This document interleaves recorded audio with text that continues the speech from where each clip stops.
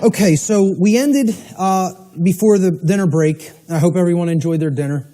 At the concept that if there is no victim, if no actual wrongdoing has taken place resulting in harm to someone else, there is no crime. And many people are, being jailed for victimless crimes that they've actually never harmed another being, and yet their freedom has been taken away. Another aspect about this concept of the difference between right and wrong behavior is we have to understand that there is no such thing as the ability to delegate a wrong to someone else. No one can say to someone, you may harm him, unchallenged or unaccosted, okay?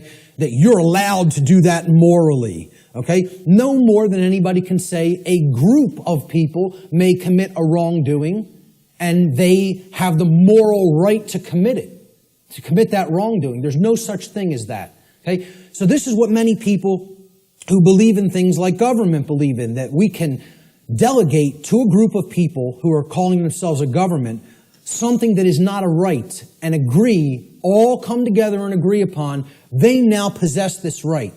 Rights can't be granted by human beings to other human beings. Everybody is born with the same rights because rights don't come from human beings. Rights, like the laws of nature, come from the creator of the universe. They don't come from human beings. Human beings don't make up what right and wrong are. Right and wrong are inherent to creation and are up to us to discover and recognize what they are and then live in accordance with those principles. So, if a specific action is not a right for any individual, that action cannot be, quote, delegated, granted, or licensed to any other individual or group and magically called a right. It does not become a right. If it's wrong, it remains a wrong, no matter how many people believe they can do it or delegate it or otherwise. Similarly, a right can't be turned into a wrong. If it's a right and you're not harming somebody by doing it, somebody can't magically say, well, that's a wrong and you're not allowed to do that. And yet we have things that go right hand in hand with that, and it's called government. An action that is a wrong would forever remain a wrong under natural law. So, how do we know what rights are? Part of knowing rights is understand that natural law, the difference between right and wrong, always holds true regardless of a population's belief system. Like natural law being in effect, the difference between right and wrong are not dependent on anybody's belief. They are eternal truths that need to be understood. So this means it does not matter how many people agree that a wrong can be turned into a right or that a right can be turned into a wrong. Such things can never be done in reality. We can believe we can do that and act like that, but in reality, it cannot actually be done. A right forever remains a right, a wrong forever remains a wrong. People can only believe that they can claim such reversals and that this will magically make it so. Unfortunately, most human beings erroneously believe that it is morally possible for them to create and delegate rights, quote unquote, which do not exist, or to take away actual rights from people which do exist. They believe we can do that. So when in doubt as to whether an action is or is not in harmony with natural law, the visualization exercise that I always ask people to do is to imagine a scenario of a planet, a world, where there is only two people, where only two people exist on an entire planet. Okay? If the behavior in that circumstance, in that visualized instance, is either a right or a wrong, in that instance, it remains a right or a wrong in any size population, regardless of how many people may believe otherwise. Okay? So if a right is a right for one person to do toward another, okay, or if it's a wrong, the action is a wrong for one person to take toward another, population is irrelevant. People will say, well, yeah, if there was a couple of people, that would be okay. But if in a world of 7 billion people, we can't let people do that. Well, this has nothing to do with what right and wrong is. As if they're changeable. Let's look at this scenario. So there's our world, and there's two people, okay? Two well-groomed businessmen. And we're going to look at an instance. Let's look at taxation, the concept of taxation. Is taxation of any kind a right or a wrong? Is it morally acceptable and justifiable, or is it something that is actually a wrong? So let's look at what taxation really is. And again, we're not going to euphemize. We're going to talk about it straight on. So here's what taxation is. It's not what I believe it is. I'm getting down to the heart of the matter and describing what it actually is. Taxation is the claim that a specific group of people who call themselves government have been given a, quote, right. They've been delegated a right. Okay? We've written down a law, and we say this people calling themselves the government and the IRS have a right to do this particular action, this activity, okay? This behavior.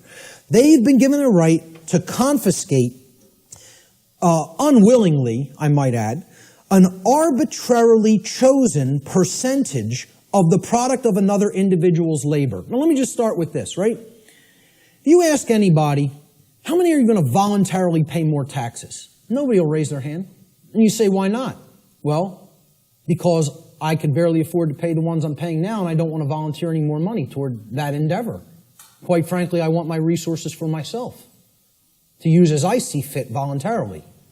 But if the government then said, well, your taxes are going up by 5%, how many people would pay them? Most people would. Because subconsciously or consciously, they recognize they're under coercion.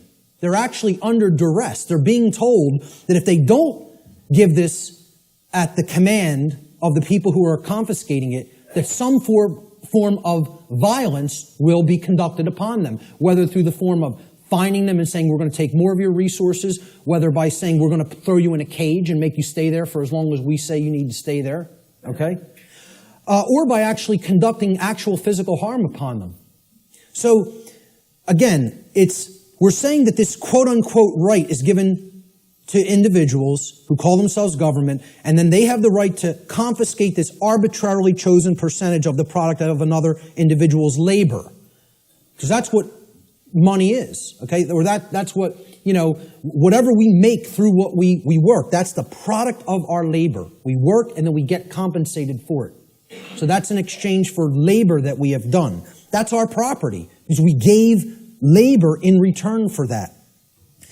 So this is done whether or not the other agrees to share that product voluntarily.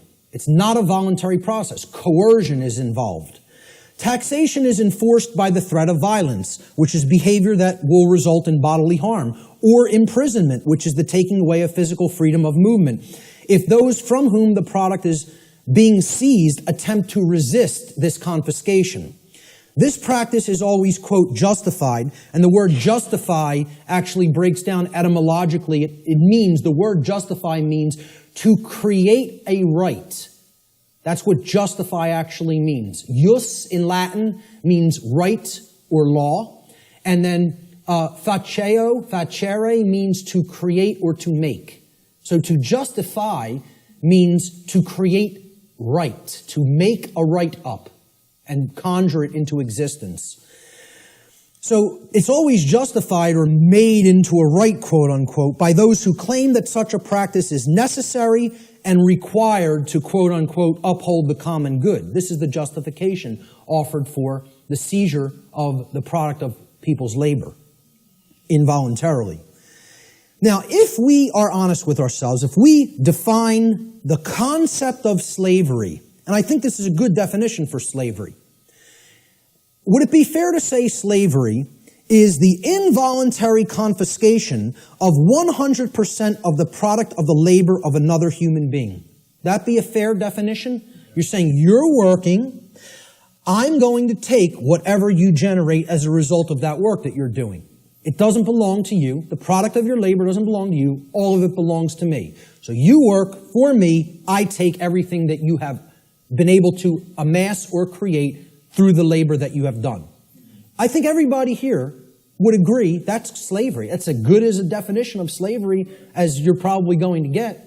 I mean, we can come up with some other definitions that involve coercion and physically shackling and keeping people. But if we really are honest with ourselves, what is the purpose of slavery to begin with is to make others work for free and then take all of the product of the labor. That's what slavery was conducted for. Okay? So, if we're defining slavery as the involuntary confiscation of 100% of the product of the labor of another human being, we should be able to clearly see that there is no magical percentage to which we could lower this number that would no longer make it slavery. So I ask people, if the person who's saying I'm going to confiscate 100% of your labor and keep it for myself would say, well, I'm going to take 75%. I'll take 3/4. You can keep 1/4 of what you've created. Would that no longer constitute slavery? And I don't care what you say I'm going to use the 75% for. Okay? If you're telling somebody you have no choice, 75% of your labor belongs to me, would that no longer be slavery just because they allow them to keep 25? Okay, let's lower it to 50. Is it still slavery? Okay. Well, what percentage could it possibly be lowered to for it not to be slavery anymore? Only 0. There is no percentage that it could be lowered to for it not to constitute slavery. And again, if we're being honest with ourselves, many people want to justify this in many ways by saying, oh, it's used for services. Services which someone doesn't have a right to refuse. You know, I tell people, hey, if I said to you, I'm a computer technician. You own a computer? Okay, I'm now your computer technician. You're not allowed to refuse my services. Just think about that for a moment. You may not refuse that I am now providing the service for your computer to keep it in good shape. Okay? First of all, what have I just taken from that gentleman? Right to choose. Free will. Right there, that's slavery. I don't even have to keep going and say, hey, if you refuse, or whether you want or don't want my computer services, I'm now your technician, and I need $200 every year. I'll come over a couple of times. I don't care whether you're happy with my service or not. Okay? And if you don't pay me, I'm coming and taking the computer. Now, is that really your property if you're living under that kind of duress? Or am I just the violent criminal who's saying I'm going to steal your stuff if you don't give me what I say? I'm holding you under extortion. That's duress. That's called duress. It means I am threatening violence unto the person unless they conform to my will. And that's what we're all held under. We're held under duress. All forms of taxation are duress. It is a master class telling people you have no right to refuse the arbitrarily set confiscation of your labor that I deem is going to be necessary for what I say it's necessary for. So how could you possibly claim that your home belongs to you if you're paying something called a property tax? That somebody is saying, for the services we provide in this community, you must pay us this percentage, and if you don't pay it, your house is going to be turned over to the government. And you know what that's called? There's a term for that, okay? When a society doesn't actually have true private property ownership rights and a higher class of masters actually owns the land and owns the property and only allows the peasant class to live upon the property for as long as they pay tribute to the master class, who can tell me what system of government that is? That's called feudalism. And that's the United States government and just about every government on the earth. You live in feudalism. There's no such thing as democracy. There's certainly not a constitutional republic, that's for sure. Okay? The de facto state of government, which means indeed in action, is feudalism. And feudalism is just another euphemism. It's a euphemism for slavery. Okay? Because slaves aren't allowed to own property. Slaves aren't allowed to keep the product of their labor. You know? That's all it really is. If we're being honest with ourselves. Once again, there's my catchphrase for this section. Okay? We want to euphemize it, justify it, call it something else. Right? I said this to that New Age woman at the UFO conference. And she said, again, I prefer not to see it that way. Well, you're not being honest with yourself. You're lying. It's called lying to yourself.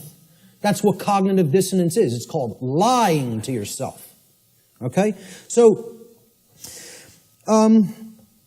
If we're being honest with ourselves, taxation's merely a euphemism for theft, violence, and slavery, the practices upon which it is actually based, and since no individual anywhere on earth has the right to claim ownership of the product of another's labor, such behavior can never be, quote, delegated to a group of people and called a right. Therefore, it follows logically that all forms of taxation, I don't care what they are, excise tax, property tax, gift tax, inheritance tax, income tax, I don't care what form it is, taxes on corporations even, okay?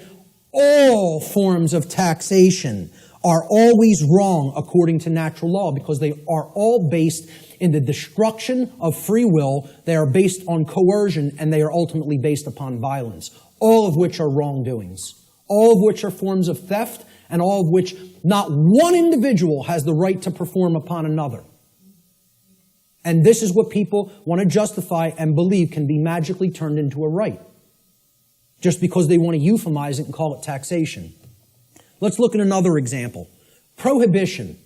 One of my favorite, it's one of my pet peeves, okay? I'm big into health, into eating right, okay? I'm huge into juicing. It's one of my favorite things to do. Purification of the body is part of purification of the mind, all right? But I'm going to tell you, I'm 100% for anybody being allowed to put anything into their body because they own their body. If I want to break up this remote control in little pieces and eat it with a sprinkling of pepper, then that's my right to do so, regardless of what the chips may do to my intestinal tract, okay? There's a reason I have the right to eat this remote if I want to. You want to know why? My body is my property. It belongs to me. Now, we did this in the natural law seminar. We asked people, do you own your own body?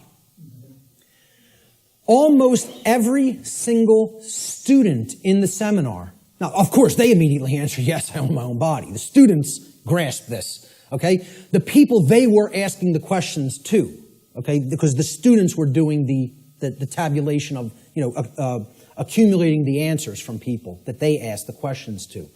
And one of the questions I asked them to ask people is, do you own your own body? Almost every student in my first natural law seminar, when they asked people if they own their own body, they came back to the next class and almost every student said, almost everybody they asked that question to paused for a long time and thought about it. Had to sit and think about this question. Could not immediately spit out, absolutely, my body is my property. And because I think people want to overthink things and say, well, am I going to own my body forever? I'm going to die one day. Does that mean I don't own it now? What's the over-intellectualization and mystification of this concept? I tell people, I recognize fully I'm going to die one day and this flesh is going to crumble and pass into the earth. Okay? Does that mean I don't own my body right now? I'm using my body right now. That's why I own it, specifically. Specifically because my consciousness inhabits this body and I'm using it as the vehicle for the expression of my consciousness is the very reason I own my body. Okay? And people can't spit that out. It's like unfathomable to me. The ridiculousness of some of this, that the human mind could be worked into the situation that it has been, is almost incomprehensible. So let's go forward with prohibition. Okay? It's the claim that a group of people who call themselves government have been given the right to prevent others from putting any given substance into their own bodies, and if others refuse to comply with those terms, that they will be fined or imprisoned. And it should be self-evident that if an individual's body is actually their own property, and it is, then that individual always maintains the natural right to decide what will or will not be put into their property, which is their body. Why can you put what you want into your car or your home? Because you own it. It's your property. Okay? Technically, it should be. I mean, technically it isn't really, but my whole point is nobody else can tell, no other individual can tell you what you can and can't put into your home. Okay? Could I tell you, hey, I don't want you putting that jacket in your car. You're not allowed to put it in there. Well, who am I to tell you you're not allowed to put that in there? It's your property. Okay? So why would we accept that not accept that, but we would accept I can't put something in my own body that I deem that I want in it. Okay? Because people can't separate the act of imbibing the substance or putting the substance into the body, okay, from the action that people may subsequently take. And they're two different things. So somebody might go out and want to get smashed tonight and do a bunch of drinking, but if you then go out on the street and start clubbing somebody with the nearest available blunt object, you don't have a right to do that. You had a right to go drinking. Okay, any more than you would have a right to go snort some cocaine or bang some heroin into your arm. Okay? I don't think those two things are particularly good ideas, but I support your right to do it. But hey, if after you do those things you go and hurt somebody else, you got to be held accountable for the actions you just took. That's what personal responsibility is all about. And these two things need to be delineated from each other. We have to clearly be able to separate the act of the right to put something into my body and me still being personally responsible for what I do with my body. Okay? So, understanding that this is a claim made to tell people that I'm going to make the decision about what you put into your body, we can easily see this claim of this right to command what will or will not be put into the body of another person. What it actually amounts to is a claim of ownership upon the body of another person. If I'm telling you you can't drink orange juice, I'm making a claim, your body belongs to me. Because I'm going to decide what goes into it or what does not go into it. Okay? So if I say carrots are off limits for your consumption, sir, and they may not be ingested, I've just made a claim that I own your body. Well, what's the claim on the ownership of another person's body called? Slavery. If we're not euphemizing it, and if we're being honest with ourselves. Okay? Prohibition is merely the claim of ownership upon another person's body is called slavery. Therefore, prohibition is merely a euphemism for slavery that is backed by violence, regardless of the justifications made by those who claim such practices are, quote, necessary for the common good. That's always the justification. Since no individual anywhere on earth has the right to claim the ownership of another person's body, such behavior can never be delegated to a group and magically termed a right. Therefore, all forms of prohibition are always wrong according to natural law. Doesn't matter what the substance is. Doesn't matter what it is. How destructive it may be to the body or brain. Look, if I want to go under my sink, take some cleaning supplies and make a nice cocktail with some lye and some roach poison and some rat poison, stir it up in a water solution and go glug, glug, glug, glug, glug. That's my right. Want to know why? Because I own my body. I own my consciousness and my body, period, the end. So if I want to do that, that's my right to do so. Okay? Nobody has a right to tell me what I can and cannot put into my body. Yet we accept this because of these justifications that, it's for the common good. Forget what rights are. It's for the common good. We need to accept slavery for the common good. Yeah, it works out like that. So how about licenses and permits? These are claims that a group of people who call themselves government. And again, we're going back and visualizing. Imagine one person trying to make this claim to another person. Nobody would find it legitimate. Nobody would find that one person may make that claim to another person. Yet we think these other people called government have rights that individuals don't have. That's what we think. That's called mind control. Mind control is getting people to accept some people have rights that other people don't have. That's what it is. So go back to that visualization exercise. Can one person make that claim over another and have it be legitimate? Of course not. So if nobody has that right, how could that right be delegated to somebody else? It can't. Licenses and permits, they're claims that a group of people who call themselves government have been given the right, quote unquote, the right to prevent others from exercising specific behaviors, even if such behaviors cause no harm to others or their property.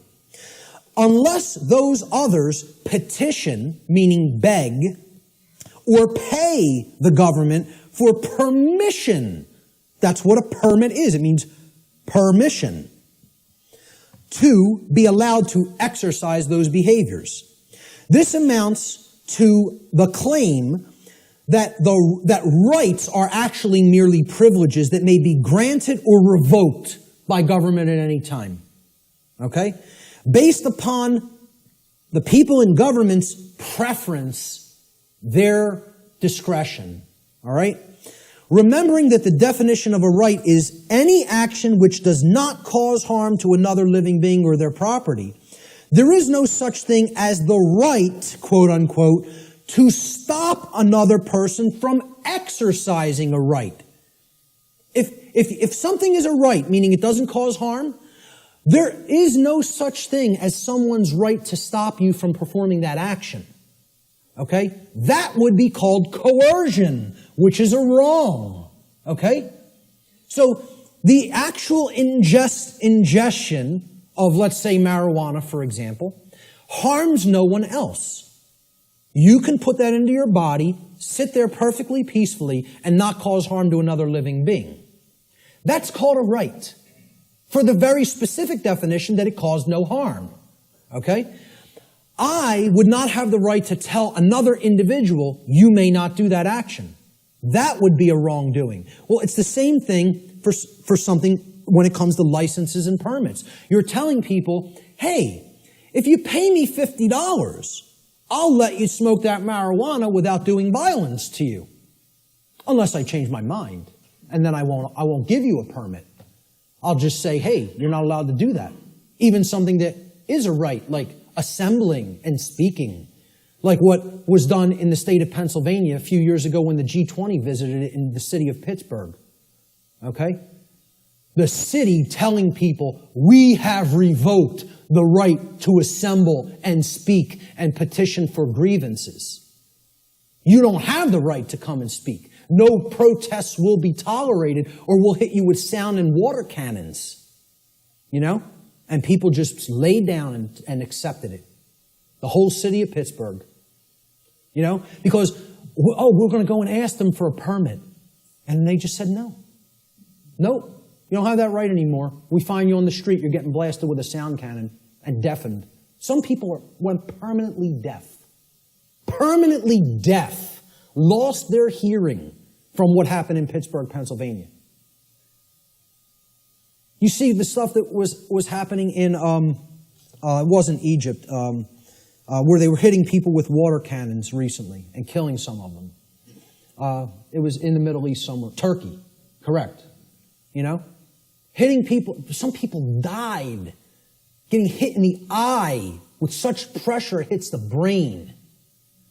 People are dead from water cannons. They call these non-lethal weapons. Because they're telling you, you may not speak. You may not assemble. We're going to revoke that right, really. See, there is no right to stop someone from exercising a pre-existing right. That's you making the claim, I own your rights. That's what that's really doing. That's saying, I'm God, I get to grant what a right is or revoke what a right is at any given time. It's basically what it is. It amounts to someone claiming to be God. The claim over the rights of another person is called slavery. Even more so, it is the claim to be God. The claim that the rights of another flow from you. Therefore, licensing and permits are merely other euphemisms for slavery, regardless of the justifications made by those who claim such practices are, quote, necessary for the common good. Since no individual anywhere on earth, no single individual, has the right to claim the ownership of another person's rights, such behavior can never be delegated to a group and magically called a right. Therefore, all forms of licensing and permits, according to natural law, are always wrongdoings because they are always based in coercion and the theft of someone else's rights. So again, that's the visualization exercise. There's 3 quick examples. You have to envision there's only 2 people. Would one person have a right to conduct that action against another? If the answer is no, the right cannot be, there's no such thing as calling it a right and delegating it to other people and telling them now you're allowed to perform that behavior. It's always a wrongdoing. But people, because of this idea, this mind control called government, want to believe that that right exists, that we can delegate something that is a wrongdoing. Force versus violence. We need to understand that these concepts are complete opposites of each other. They are not the same. The terms should never be used interchangeably with each other because not only are they not even remotely similar, they're direct, diametrically opposed opposites. Let's look at the difference. They're often spoken about as if they're the same, and they're used interchangeably, when in fact they are actually diametrically opposed to each other. Force, the definition of force, is the capacity to do work or cause physical change in the physical world. Okay? For any change to be created in the physical world in any capacity, force must be used and applied. There's nothing you can do that doesn't require force if you're going to make a change happen in the physical. Okay? So, to set up this equipment, force was required. We had to lift it, we had to set it up, we had to plug in the cables. Force is required to do all those things. It's the capacity to perform physical activity, physical work. Okay? Action, force is actually action which is in harmony with morality and natural law, because the taking of it, the usage of it, doesn't violate rights of other people.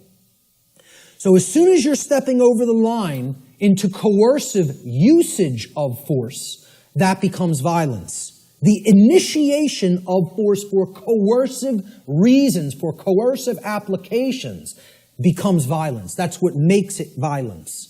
Force itself is not violence. As such, force is action which one always possesses the natural right to take, and this includes the defense, the physical defense of someone's person, their body, against the act of violence.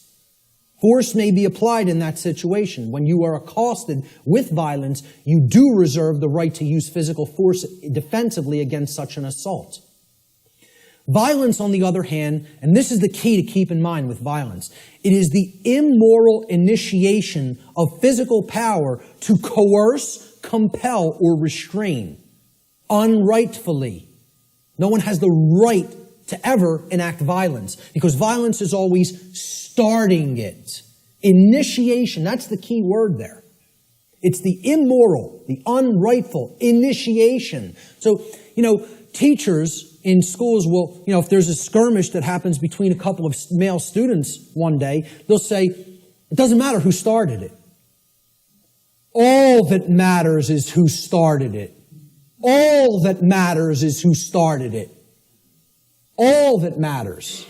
Because the person who actually conducted violence is the person who struck first. They initiated the immoral use of physical behavior, of physical force, physical power to coerce, compel, or restrain.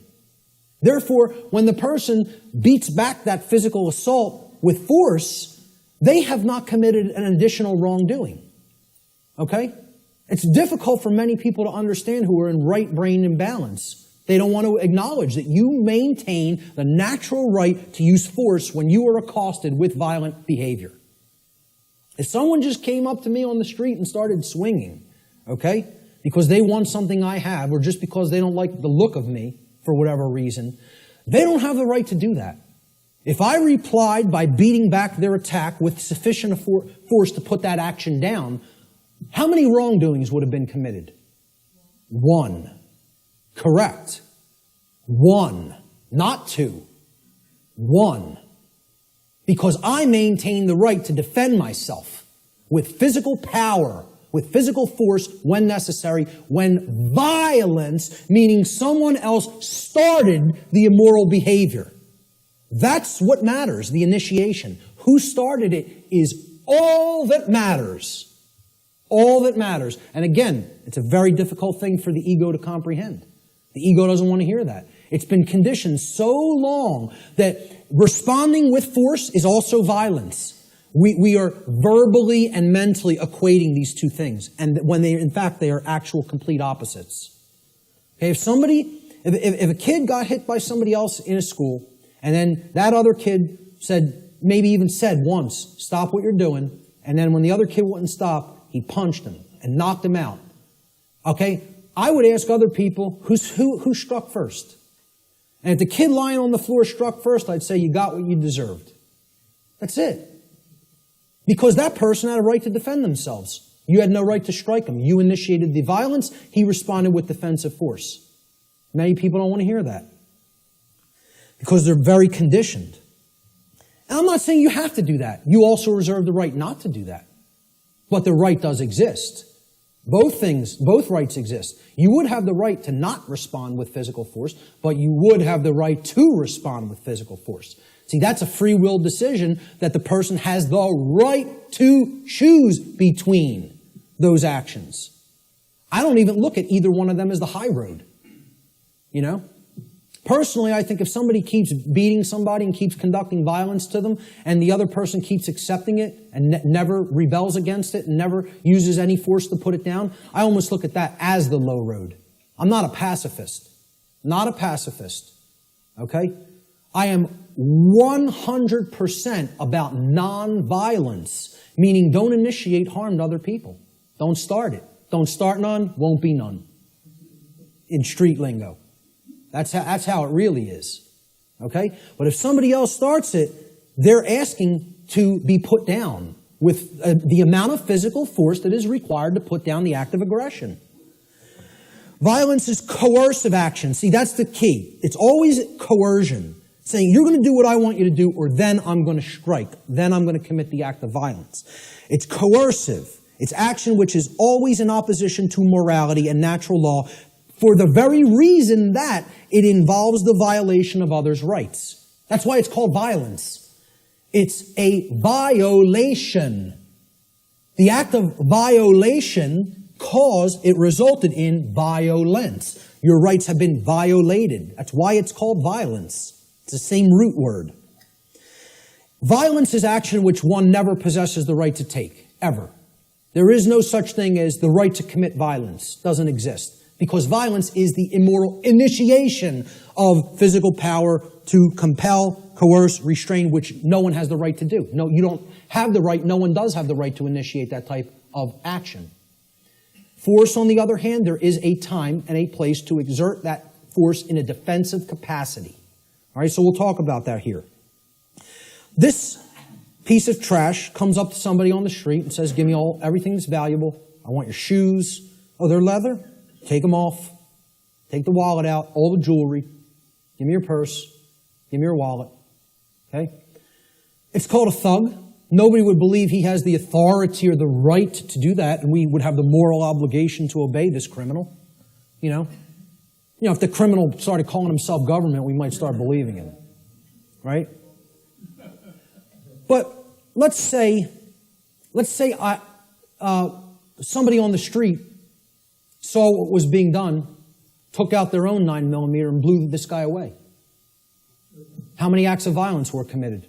One.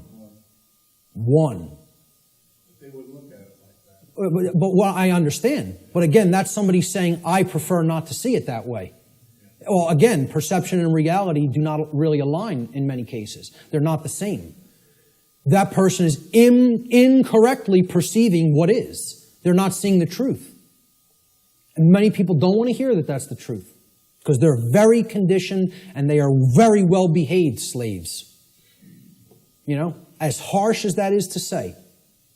They don't want to understand that the inherent right to use force against violence exists and is always our right. Always. Now, I'm not telling you go out and immediately do that either because the perception is so screwed up in the body of humanity that the majority of people don't believe that would be a right. And they'll persecute you for doing it. You see, the self-defense principle is continuously being eroded. Human beings possess the natural right to defend themselves from violence with defensive physical force.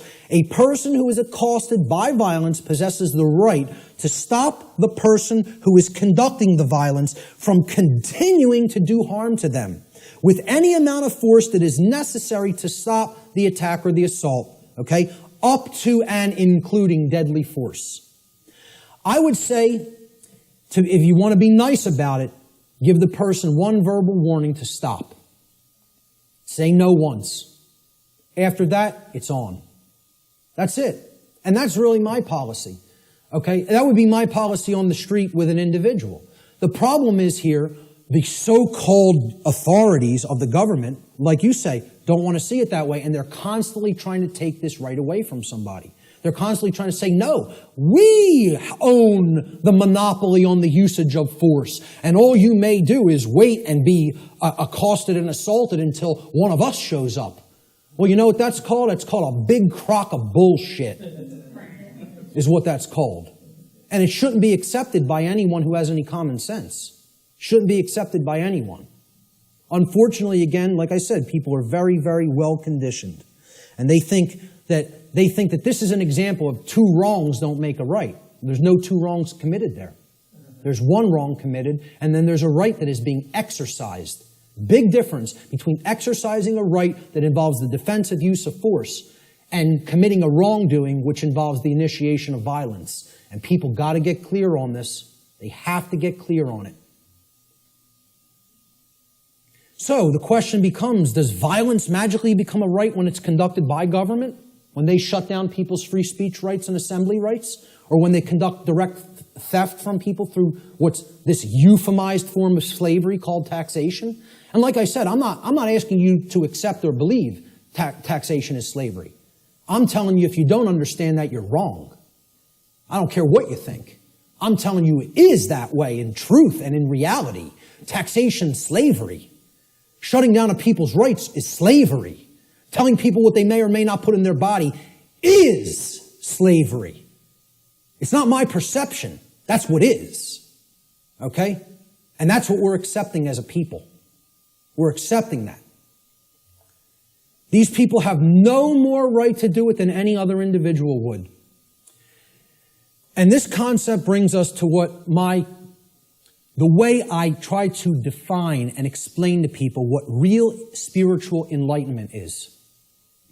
Because what the New Age community is telling you that an enlightened being looks like is equally as a big crock of bull of what people who don't understand self-defense, the self-defense principle, believe. Okay? Enlightenment is not what this New Age nonsense community is trying to tell people that it is. All right? It's not about not taking action and sitting under a tree and meditating until you're magically enlightened. Okay? Enlightenment means knowing what's going on around you. Enlightenment means knowing what's going on within you. Enlightenment means truly knowing the true objective difference between right and wrong and living that in your life on a daily basis. Enlightenment means not aggressing upon your fellow human beings, but not agreeing voluntarily to be aggressed upon by them either. Okay? There's two pillars, two dynamics that go hand in hand with real enlightenment. I call this the two pillars of enlightenment. Okay? So here they are. The first pillar is the sacred feminine principle. This has been called the non-aggression principle. All right? It is the simple law of don't engage in violence. Or, quite simply put, don't steal. Don't steal. We talked about that. That's what all spiritual law can be boiled down to. Don't steal from other people. Don't take what isn't yours. Don't take life that isn't yours. Don't take property that isn't yours. Don't take rights that aren't yours. They're the property of others. Respect their ownership. Okay? Most people can grasp this pretty readily. Okay? And even in the New Age movement, they grasp this. In other words, don't immorally initiate non-rightful use of physical power to coerce, constrain, or compel the rightful physical behavior or free will choice of another sentient being. Respect other people's free will, their rights, their property, their life, period. Real simple. It's the golden rule. Don't do things to other people that you don't want done to you. I always state it in the apophatic, in the negative. It's much more powerful that way. But there is a second principle, a second pillar or tenet of enlightenment, if you will. This is the sacred masculine principle. This is what religions of the world, whether they be government, organized religion of different regions of the world and cultures, the New Age movement, all right, this is what they want, they are seeking to suppress. Because religions are right brain modalities. They're right brain methods of mind control. Just like government, who thinks it's a monopoly on the physical use of force, that's a left brain imbalanced mindset. All right? The second pillar of enlightenment is the sacred masculine principle, which is also known as the self-defense principle. Your body's your property, you have a right to defend it when it comes under attack by violence. This principle states, sentient beings have the inherent right to use force to defend themselves from violence conducted upon them by another. This is the part many people don't get. You know, that's why we're not rebelling against our slave keepers, our slave masters who are masters of other people in their own sick, distorted, psychopathic minds and are nothing but thugs and criminals that people magically believe have the moral authority to continue to do what they're doing just because they euphemize slavery and call it government now. That's the sacred masculine principle. There is no such thing as an enlightened being that doesn't fully grasp both of these principles. Anywhere. Never has been. There's no such thing as half measures. You got to get them fully, both, or you're not there. And that's the problem. We're not all the way there. If people were already there, they wouldn't be tolerating what we're putting up with. More aggression against people's rights is being conducted in this country than when the founders of this nation actually separated from England. And they would have been horrified. I tell people, look, not to get nasty, but I tell people, if the founders of this country could magically come back to life somehow and see what's going on in this country, they'd take a piss on people. That's what they would do. That's how much disrespect they would have for what we're putting up with. You know? Again, just to say it the way it really is. That's what they would want to do to us. Because they would tell us, we warn you about all this. We warn you about it all. And you know what you did? You ignored it. Ignored it. So what did all those people who died in that revolution die for?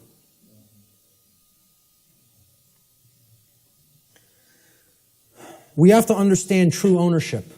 Real, deeply. Not peripherally. Super deeply. We got to know what we own and what we don't own. We have to understand, why is this our current condition? That's the question we asked at the beginning. And here's the reason. The reason our species continues to experience a systematic and growing loss of freedom is because we collectively do not deeply understand ownership and we continue to commit and condone theft. This is a prison for thieves. That's what Earth is. It's a prison for people that don't want to respect ownership. They want to take things that aren't theirs. And that's what we're here to learn. We're here to learn that there's only one natural law. Stop stealing from other people. Stop taking things that you don't own.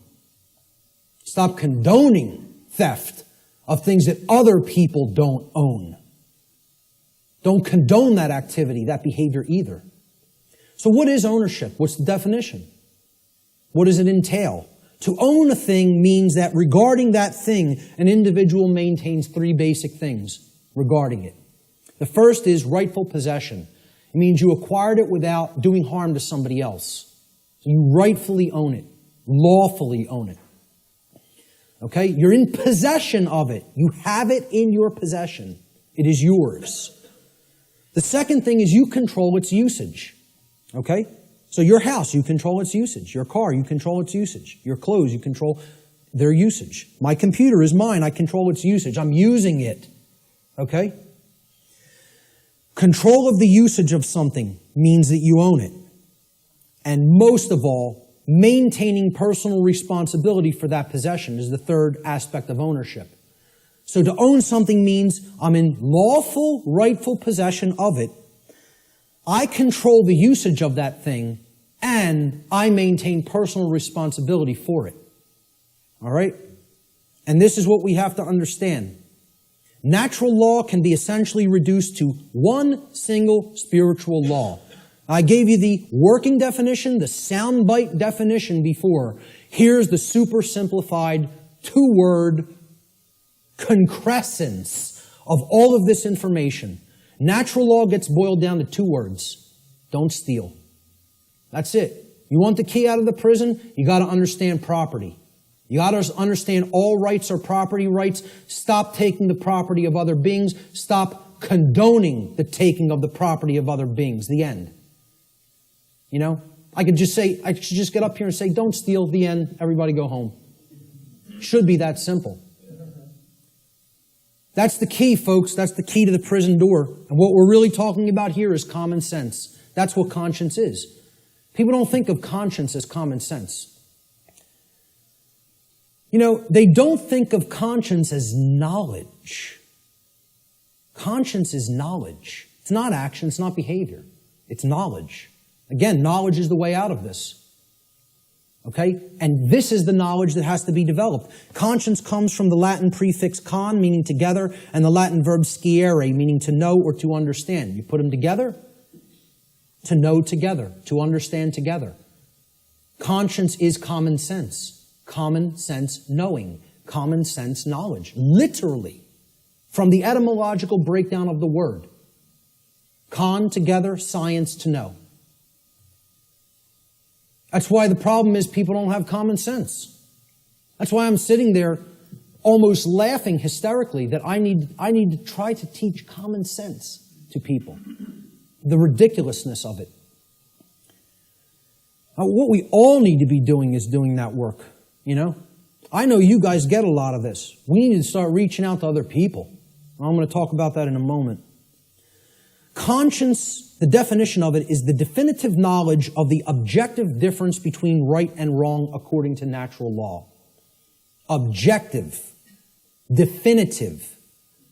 Okay, it's not up for debate. It exists inherently and objectively. It can be understood, known, discovered. This is different from action. Conscience is the knowledge, then we act upon it. Okay? So it's different from understanding something and acting upon it. Right? To have conscience is to have common sense. It's to know the difference between right and wrong and understand that difference deeply. Then we're going to convert that into action. We exercise conscience. The exercise of conscience is actually action.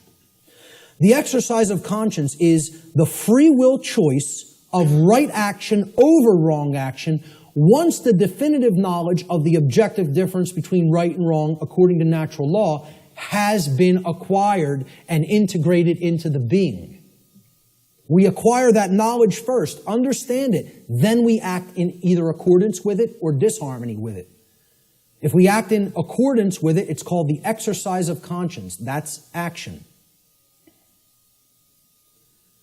The law of freedom. This is one of the basic laws within the body of natural law.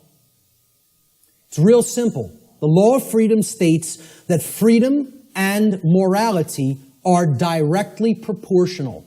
It's a mathematical equation that works 100% of the time flawlessly. As morality increases, freedom increases.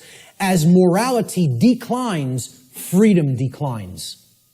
This means the more moral a population is, the freer it becomes. The more immoral a population is, the deeper into bondage and slavery it goes. Another way of saying this is to say that the presence of truth and morality in the lives of the people of any given society is always inversely proportional to the presence of tyranny and slavery in that society. The more truth and morality there is, the less tyranny and slavery there is. The less truth and morality there is, the more tyranny and slavery there is. That's the law of freedom. And many people don't want to understand that. That these two things are inextricably interwoven and connected and can never be separated from each other. The presence of truth and morality in a society and the presence of freedom or its lack in a society. True freedom can never exist in a society that embraces moral relativism, which is the idea that there is no inherent and objective difference between right and wrong. So that humanity may just arbitrarily create or decide right and wrong for themselves. That's the ideology called moral relativism. As I've said before, it is the second tenet of the satanic religion.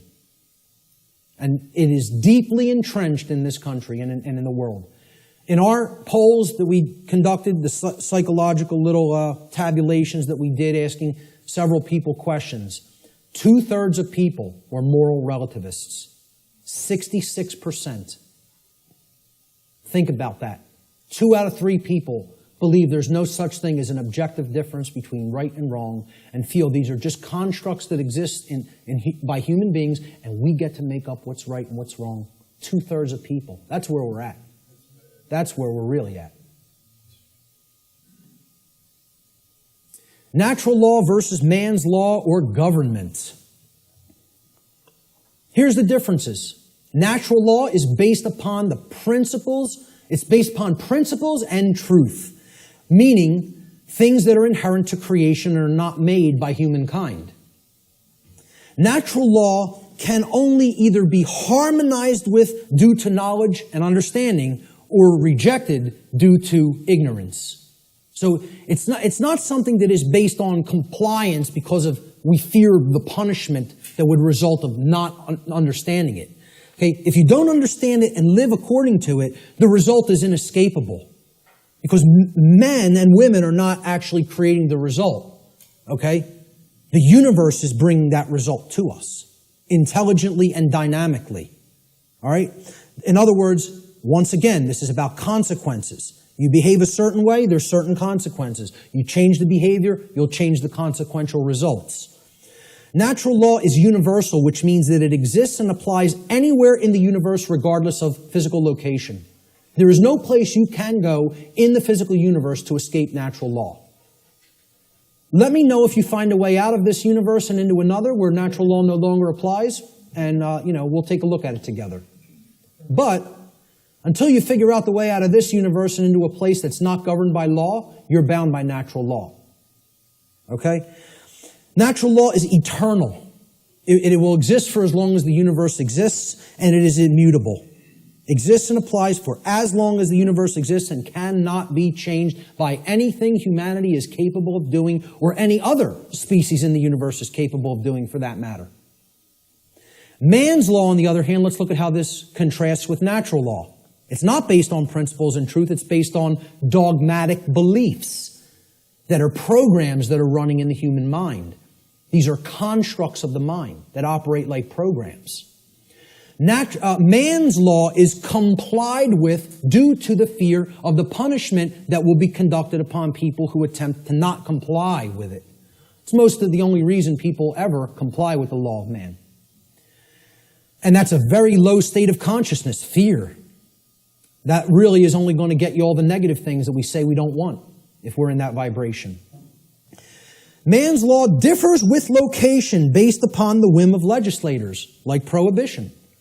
Well, I'm allowed to smoke marijuana in one state, and then I could be jailed for it in another. My freedom can be taken if I cross this imaginary line.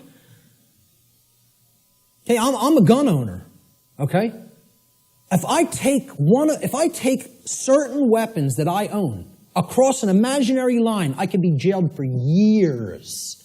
But over this side of the imaginary line, it's okay. And you're just exercising a right. Over here, it's morally wrong. We'll cage you for it. Over here, yeah, you're allowed to do that. You can have that high-capacity magazine. But over here, you're going into a cage for it, just by crossing an imaginary barrier called a state border. And people think that makes sense. They think the moral relativism of man's law makes sense. They actually believe something can be moral in one place and immoral in another place. You know? That's cognitive dissonance. That's holding two contradictory notions in the mind simultaneously and accepting them both when they're clear contradictions with each other. It's called lying to yourself. Let's be honest about what it really is. It's called lying to yourself. Man's law changes with time based upon the whim of legislators, which is also moral relativism. Prohibition in the 1920s.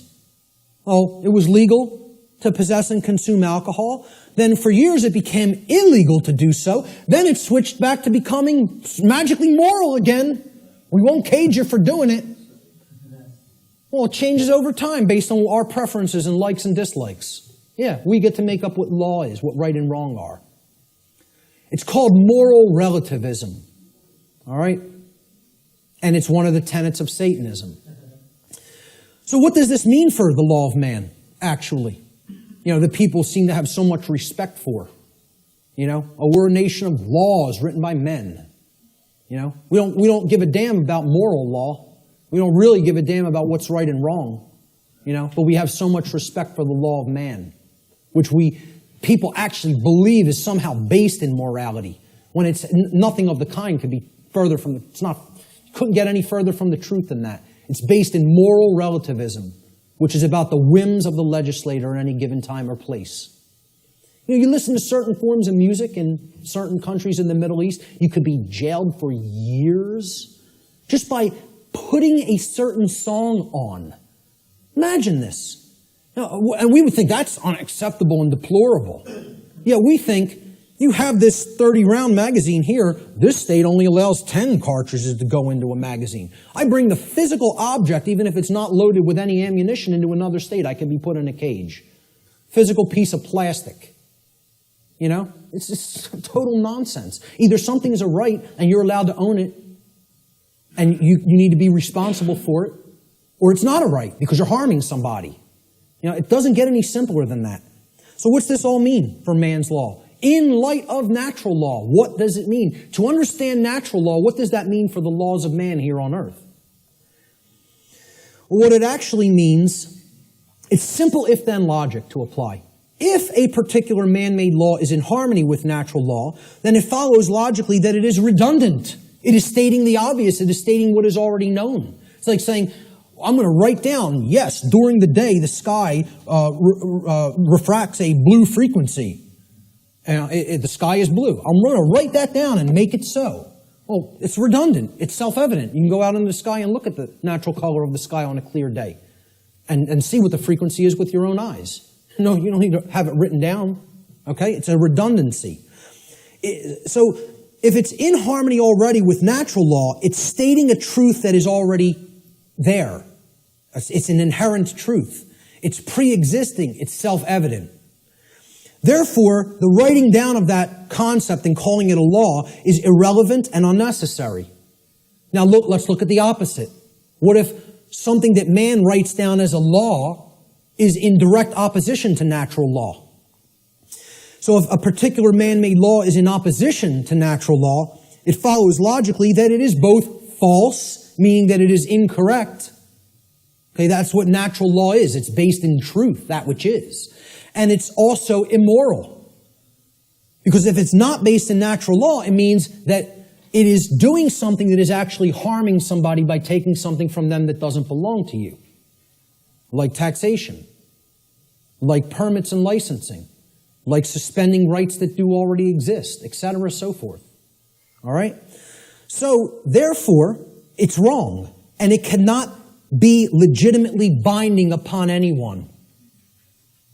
You can't write down a wrong and say, this is morally binding upon you, even though it creates harm, it causes harm, yet you must follow it. You know, and people believe this. We asked in the natural law seminar, how many people believe that if a law is passed and it restricts a right that you feel you have naturally because that action that it's saying you may not do causes no one else any harm? Do you have any moral obligation to obey that law until you could find a way to get it changed? And over 2/3 of people said, yes, you have a moral obligation to obey that law. Because these people have the moral right to issue commands and write down laws that constrain you, even if that behavior actually doesn't harm anybody and therefore is a natural right. You would still have to try to find a way to get that law changed. Nonsense. Nonsense. No one can be legitimately bound to a dictate of man that prevents somebody from exercising a natural right. It's called mind control, is what it's called. So in light of the differences between man's law and natural law, in light of natural law, man's law is both irrelevant and unnecessary, as it is either redundant because it is in harmony with natural law, or it is completely immoral because it is in direct opposition to natural law. This is a system of slavery that is not needed. There is equality under natural law, perfect equality. Everyone has the exact same rights. No one has any more or less rights than anyone else. Also, since rights are not created by humanity, and since they are the birthright of humanity, gifted to us by the Creator of the universe, no human being or group of human beings is actually capable, in reality, of granting rights to anyone else, nor is any human being capable of revoking rights from anyone else. Everybody has the same rights. No one can make up a new right. No one can grant a right to somebody that is actually a wrong. Does not exist, never has existed, never will exist. This is an illusory belief system. All right? I'm not telling you people don't believe that can be done. I'm telling you in reality, in truth, it can never be done. Chris Leispooner phrased it pretty well. He said, government is nothing but men acting in concert. The morality and value of government, like any other association of men, will be no greater and no less than the morality and value of the men comprising it. Since government is nothing but men, its inherent, quote, authority to act is in no way greater or different than the, quote, authority to act of any individuals in isolation, like that example of two people on the planet. Government has no magic powers or, quote, authority that is not possessed by private individuals.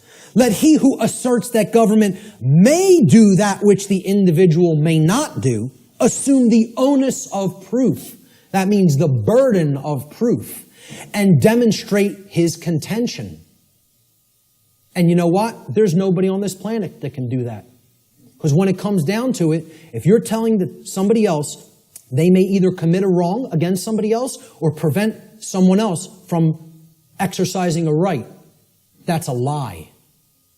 And that does not exist. Not in reality.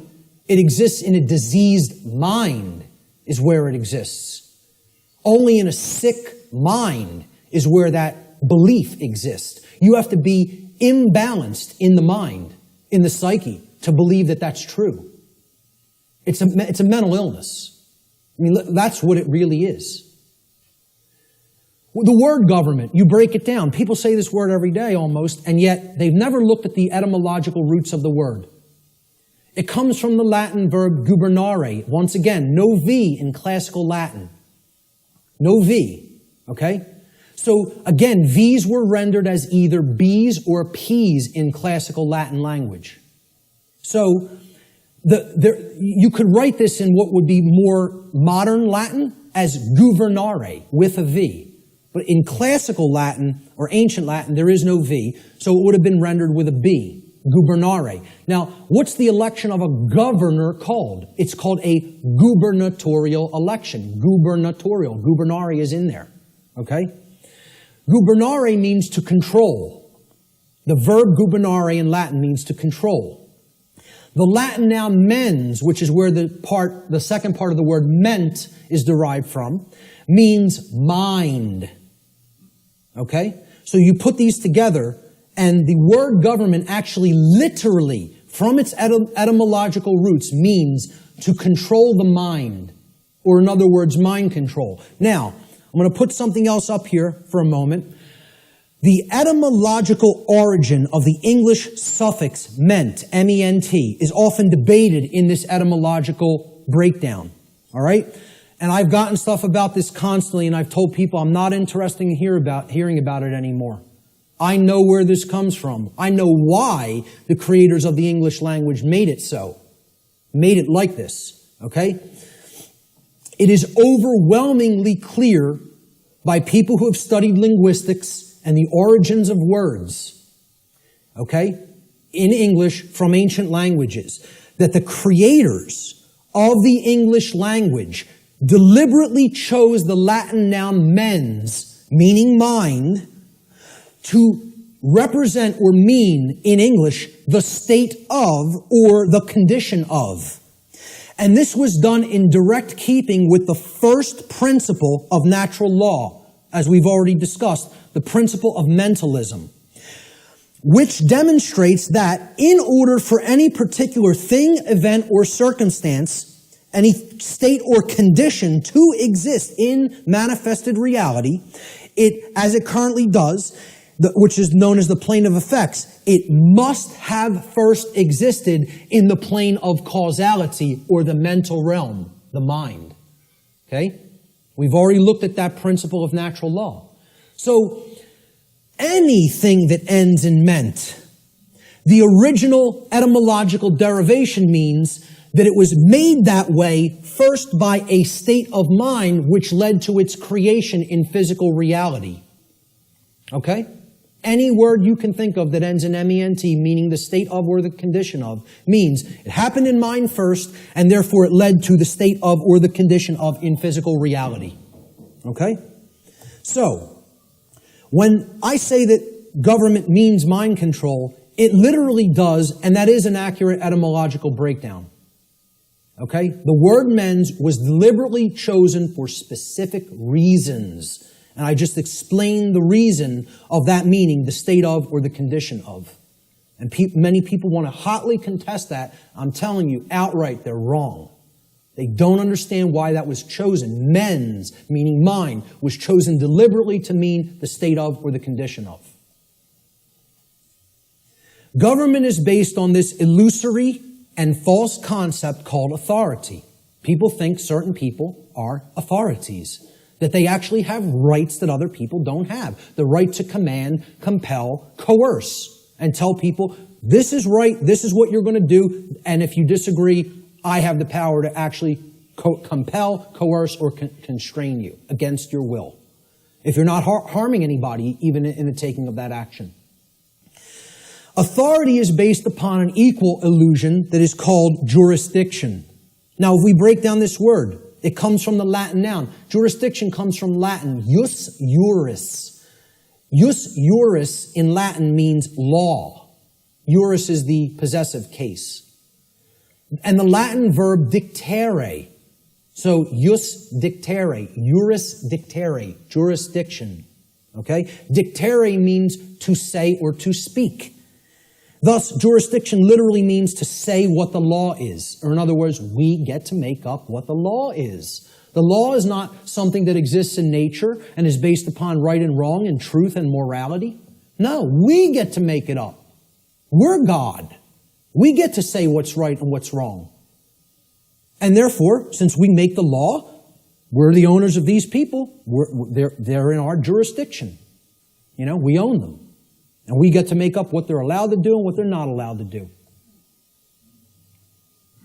Authority ultimately is an illusion, again, of a diseased mind, a diseased psyche, based entirely in violence and built upon the erroneous and dogmatic belief that some people are masters who have the moral right to issue commands and others are slaves who have a moral obligation to obey the commands of the masters.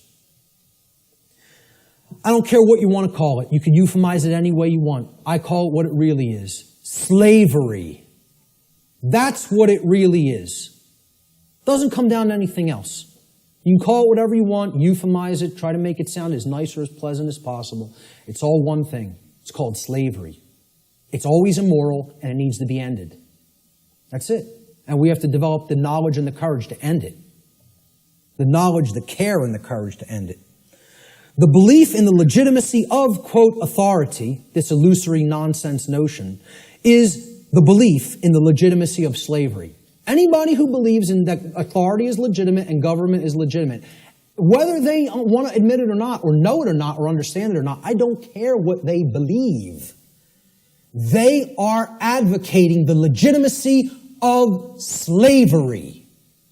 That's not my belief. I don't care who calls that my belief. I'm just looking right into the camera and saying this. Because I know the people in this room know that that's not my belief. I'm telling anybody who's listening to this, that's not my belief. That's eternal truth. Eternal truth. Okay? You believe in these concepts, you are a supporter of slavery. The end. That's how it really is. Not because I said so. Because that's how it really is. Okay?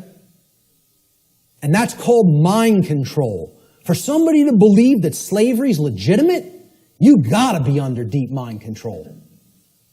You gotta be either that or a sick, psychopathic, absolute piece of garbage. Okay?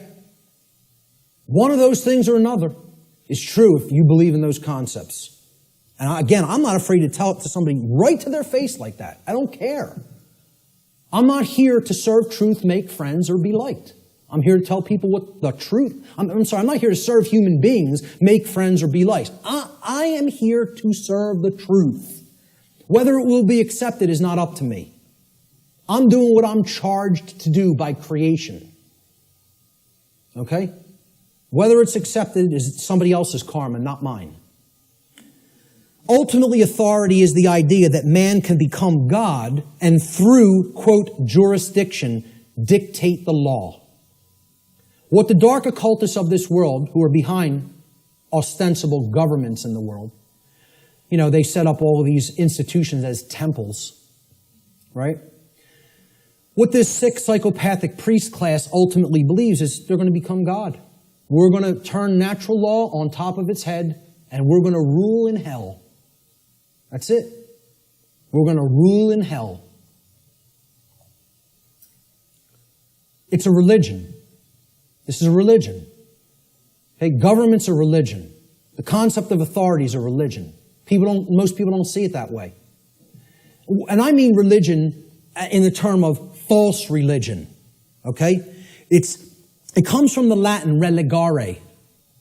I laugh when I hear people say it comes from relegare or relegare, R-E-L-E-G-A-R-E, or relegare, okay? Which means to read over again, to go back over something that you've already read and read it again. It's the most ridiculous, nonsensical derivation I've ever heard for the word religion, to reread. I mean, please, let's put this to bed, folks. Religion does not mean to reread. It doesn't come from relegare or relegare. I can't remember which infinitive is used for that verb offhand, but it comes from religare, hence religion, R-E-L-I-G-A-R-E. All right? Relegare means to tie back, to hold back, or to thwart from forward progress by tying or binding. Tying up so that you can't move forward. That's what relegare is, and that is the etymological root of religion. Because a false religion is a system of control that is based in unchallenged dogmatic belief which keeps the mind in a prison in order to hold back the progress of consciousness. And that's where the bulk of humanity is at, in a brain cage. They're in the mind cage, okay? There is a positive connotation of religion. It also means to reunite with. And what we need to reunite ourselves with is the truth and common sense and natural law and a knowledge that there's no such thing as legitimacy to slavery. That's what we need to reunite with, you know? And then we'd be living with true religion. We'd be practicing true religion instead of fake religion. We got to stop trying to make our religion truth. And we got to start making truth our religion. That's what needs to be done. So what's the one true divide that exists in humanity? People say, oh, this is separation talk. We're all one. No, we're not. There is one true divide that does exist in reality. And here's what it is. The one true divide that separates humanity into two distinct types of individuals. The criteria for this divide is whether or not an individual believes in, quote, authority, and therefore believes that there is legitimacy to slavery. The two groups of people are the people who know slavery is never legitimate and people who believe that it can be legitimate. That's what actually separates humanity. See, all the other things, divide and conquer. Race, religion, sexuality, income, religious belief systems. These are all divide and conquer techniques. There's one real difference, whether somebody believes in slavery or not. And of course, people have called this difference statists and anarchists, right? So here's a couple of memes that I picked up on Facebook. Statism is the brilliant idea that we give a small group of people the right to kidnap, imprison, harass, steal from, and kill people so that we can be protected from people who kidnap, harass, steal from, and kill people. Yeah, that makes a whole lot of sense if you ask me. I think it's going to work out brilliantly with that system in place. Okay? An anarchist, I couldn't find any good pictures of anarchists because they're all fake anarchists who want to destroy property and think that they're somehow doing the world some good. You know, the black bloc. They're really communists in disguise. Okay? When you really boil down to it, they don't know what anarchy is at all. They're just some, Marxists who thinks that that ideology, that junk ideology is some kind of a pathway to freedom. It's a bunch of left-brain clowns who have no understanding of natural law. Go put your polka dot jumpsuit and some floppy shoes on and go get yourself a nice clown nose. Seriously, because that's what those people are. They're a joke. They're a joke. They don't know the first thing about what freedom is. Not the first thing. Okay? So, I was looking for good pictures of anarchists. So I was going to put, like, maybe myself, Larkin Rose, Freeman, Frater X, people who get all this stuff, who I personally like their work. Michael Tessarion, etc. David Icke. But I said, hey, let's put a meme up there that really expresses it. So I found this picture of Jesus, a meme that says, I'm an anarchist, but most of my followers are statists. People who are these fake-ass Christians who believe they somehow are following the teachings of Christ, and they believe in government, they believe in financial institutions, they believe in organized religion. These are the three things that killed Christ, if you even accept the historicity of the event. Who was Christ waging basic conflict with? The Pharisees and Sadducees, the organized religious order and controlling religious orders of his day. Okay? What really got him into deep trouble, he was pissing them off, but they were already on the wane. The old world order was on the way out, and the new world order was already on the way in at that time. He got himself in real trouble when he went against the financial institutions, the money changers at the temple, taking people for a ride for temple coins. Right? And he flogged their ass. He took out the switch on them. Right? Not somebody who never got angry, who accepted evil and said, oh, it's just an experience, none of it matters. Took out the switch and beat their ass for usury. Okay? And then who finally put him to death? The police of their day. The Roman Empire. Roman centurions, the operating standing army and police of their day, the government.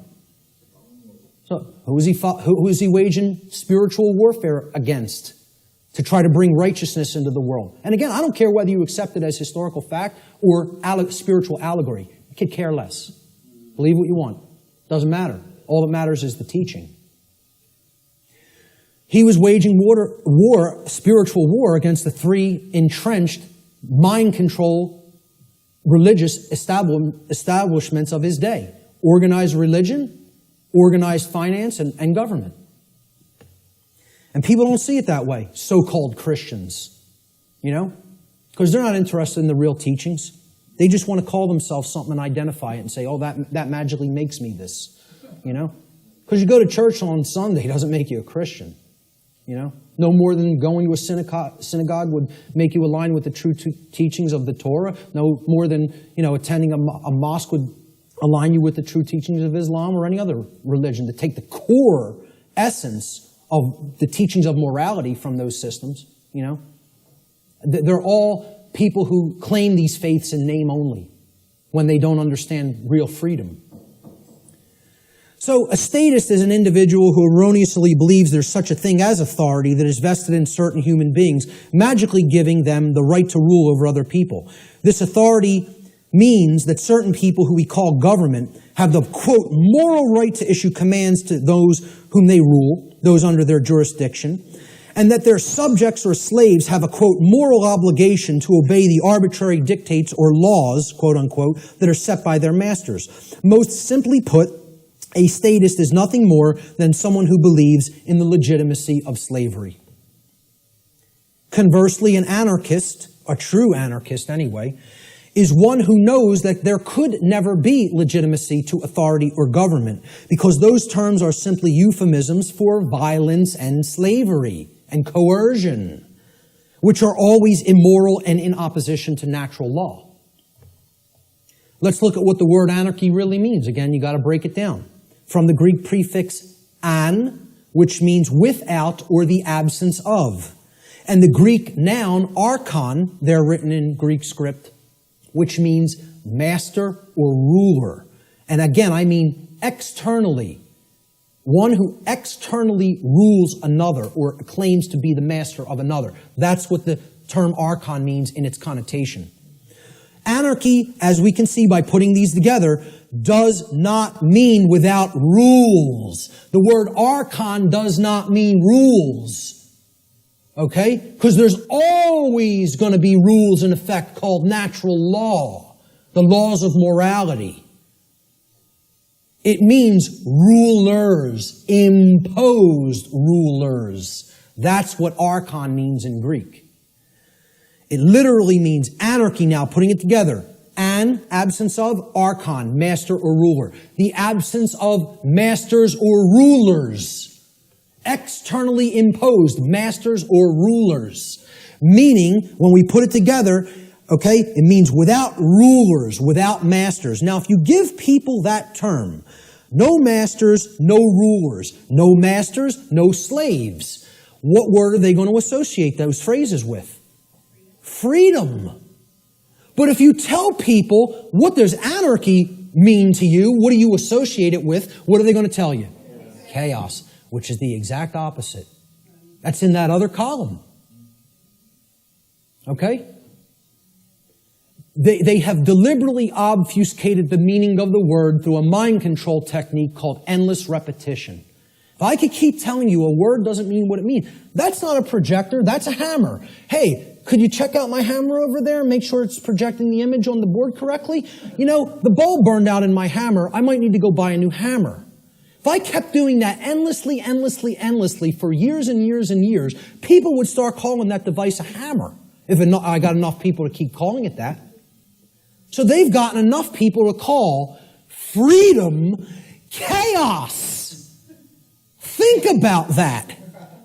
They've gotten enough people to believe that the absence of the state of slavery means chaos instead of freedom. It's almost unfathomable. It's almost incomprehensible. The mind job that's been done on this species. It's almost incomprehensible. Anarchy is the state of existence where there are no masters and no slaves. Therefore, what it really means is the absence of slavery, or in other words, true freedom. That's all it means.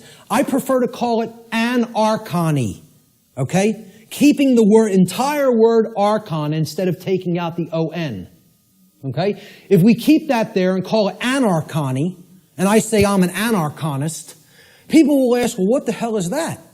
And then you could really break the word down and say the absence of archons, the absence of those who would claim to be masters over a population of slaves.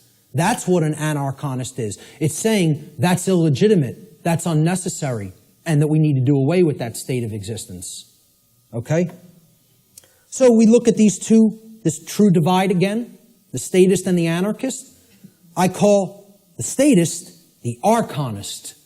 This is somebody who believes in the legitimacy of the archons, the rulers. Okay? And I'll be talking about in future presentation the concept of the archons more in future presentations. And the anarchist, as it's been called, I think should be called the anarchonist. Because that's somebody who knows that there's no legitimacy to the mastery over other people, or the rulership externally over others, keeping them as slaves or subjects. There's no legitimacy to that. And that's the one true divide that separates all consciousness here on the earth. The real divide and the real enlightenment comes. Do you understand there's no legitimacy to slavery, or do you continue to believe that there's legitimacy to slavery? That's the divide in consciousness that has to be bridged. The fear of chaos. This is what keeps this system going. Chaos can't be viewed as something to fear. It's got to be viewed as a teacher, a harsh teacher, but a teacher nonetheless. See, chaos teaches us through the apophatic process what not to do. Okay? That's a bad idea. Okay? You probably shouldn't do that if your desire is not to burn your hand to the point where it's blistering and flesh is starting to peel off of it. If you don't care about whether that happens, by all means, keep it right on that stove. Okay? Right on that electric stove. But, see, if you say, I don't want to be burned, There are requirements for obtaining that condition. It means you can't keep your hand on something that is extraordinarily hot, or natural law will take over and burn your flesh. Doesn't require your belief. That's how it works. Well, this is humanity. Humanity is the little child that is a little slow, and they want not to be burned, yet simultaneously they insist, no, I want to put my hand on the burner while the range is on and not be burned simultaneously. Well, good luck with that, folks, because it doesn't work that way. You don't want to be burned? The hand can't be kept there while the stove is on. The end. You don't want negative, self-inflicted suffering and chaos in your life? You got to align your behavior to natural law, which means you got to know the difference objectively between right and wrong, and willfully, through your free will, deliberately choose the right action over the wrong action. Then you won't be burned. But as long as you have your hand on that stove, which means you're in opposition to natural law, enjoy the burn. Enjoy it. Right? Get used to it till the flesh melts off the bone and then the bones turn into dust. Because that's what you're going to get. That's how it works. And again, nobody wants to hear that. They don't want to hear that the natural laws don't care about you. They work flawlessly all the time and bring you the result that you're creating. The control and slavery system is actually about the limitation of free will through the destruction of possibility. See, all they've done, right? The old world order used to be religion and priest kings, right? We're in between you and God. We're the intercessors, the intermediaries. We make the law, you're our subjects, you're our slaves, you obey, or it's our wrath. All they've done is take the concept of a singular ruler, which was the old world order, and they've converted it into the concept of now there's a ruling class called government that gets to make up what we tell you you may or may not do. Okay?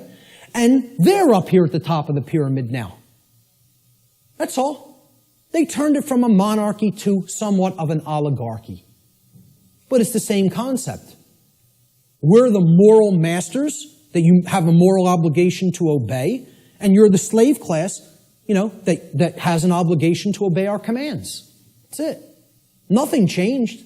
All they did is say, well, no, people don't no longer believe in the priest king, so we need to create an institution where this quote-unquote authority is seemingly diffused through many people. It's always been nonsense. It's always been mind control. It's not going to be anything else other than that until it goes away. True freedom includes infinite possibility because infinite possibility, by definition, includes the possibility for chaos. For real freedom to exist, we have to accept, hey, things might not go right all the time. We live in a physical domain, a physical world. Hey, there could be dangers. Nothing could ever be sanitized or made completely safe as far as physical world activities are concerned. There's always going to be the possibility something could happen, go wrong, somebody could get hurt, chaos could happen. Okay? If you live in that state of fear that that's going to happen, what is that? Is that high consciousness or low consciousness? It's low consciousness. Low consciousness can only create what? Chaos. The fear of chaos itself can only get you more chaos because it's based in fear. As we see, just keep referring to that expression chart. Go online. I have slides of it online. It's in videos I've done. Print it. Read it. Look at it. Print it and stick it up in your home. Understand how that chart works. Those expressions that I went over, those 10 expressions. The possibility, of chaos from manifesting, the possibility that it may manifest has to be embraced without fear if we're going to be truly free. It must be embraced. You have to say, I am going to allow for the possibility that chaos may occur. Because that's getting out of the consciousness of fear. That's what will lead to freedom. Removing that fear. The fear of the possibility of chaos is actually equated to the fear of true freedom. When somebody says, I can't ever believe that a system with no masters could work out, I can't even envision how it could work out. What's that called? What's been deadened in that person? What have they lost? Imagination. There it is. That is actually the equivalent of the death of the imagination. Now, what is the imagination? The imagination is the powerful ability of the human mind to envision a different state or condition than the one which is already manifested in the present. So, imagination must first be present in the mind in order to create a different state of existence than the one currently being experienced.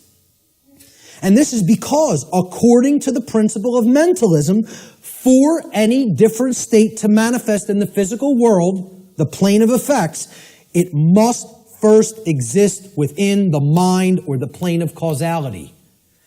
If the imagination is stifled or destroyed, and the destruction of the imagination is what I refer to as total mind control. You can't go into any more total mind-controlled state as the imagination being dead. All right? If that happens, any positive change to our state of existence becomes completely impossible. And this is where many people are already at. The fear of the possibility of chaos is more than even the fear of true freedom. It is the death of the imagination. It is putting the mind permanently in the cage. Okay? So you can't let that force within us called the imagination die. Because that's the only way to envision a way out of the prison. You have to envision it first, then you have to put those thoughts and emotions that you used for that envisioning process into actual action so that it becomes manifested in the physical world. Through their fear of the possibility of chaos, which is actually the fear of true freedom, most people advocate the legitimacy and continuance of authority in government and are therefore actually advocating the legitimacy and continuance of violence and slavery. Those who believe that authority is necessary and that it must continue because of this fear of chaos have actually been duped into believing that human slavery is necessary. And get this, folks, human slavery must therefore continue in order to prevent chaos. Now imagine that. Imagine that. That's what statism is, though. That's what the religion called the belief in government or statism is. It is the belief that human slavery is necessary and must continue indefinitely in order to prevent chaos from manifesting. Now, tell me how that could possibly work. Can violence and slavery, which is actually what government is a euphemism for, statism and government are just euphemisms for violence and slavery. Okay? Can violence and slavery ever possibly prevent chaos? Why? What? Why can't it? Because they are chaos. Violence and slavery are chaos. We are already in the state of chaos. Being held under the threat of violence and duress, which is slavery, is the state of chaos. So forget about fearing chaos coming on. You're in it now. Surprise, surprise. Hate to break the news to you all. Okay? We're already in the state of chaos. We need to create real order by getting rid of violence and slavery. Order followers. These are the people who keep this system of slavery in place. Okay? They're the people who keep this system of slavery in place. Let me just say this again. Order followers are the people who keep the existence of slavery in place. Not the ruling class, not the masters, not the so-called elite, which aren't the elite of anything but the bottom of a trash can. Okay? The people who keep slavery in place are the people who willfully follow their orders. Nobody wants to hear that. And people will hate you for saying it. Following orders means, by definition, doing what you are told to do without judging for yourself whether or not that action that you are being ordered to carry out is actually right or wrong. That's the definition of following orders. I mean, can anybody refute that? Is that not the actual definition of following someone else's order? By definition, if you're following the order, you're given the order and then you just act. You just do it because you're following the order. You don't sit there and go, is what that person told me to do right? Do I have a right to do that? Is that moral? Should I do that because, it's okay and it doesn't hurt somebody else? Or should I not do that because it actually does cause harm? It's not what an order follower does in their mind. An order follower says, yes, sir, and follows the order. That's why it's called an order follower. That's why it's called following an order.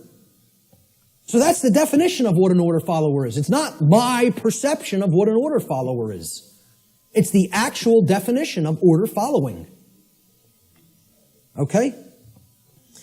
If an individual, this is key to understand, if an individual is performing the task of following orders, by definition, that individual cannot be exercising conscience. Since, by definition, exercising conscience means that one is willfully choosing through their free will for themselves right action over wrong action.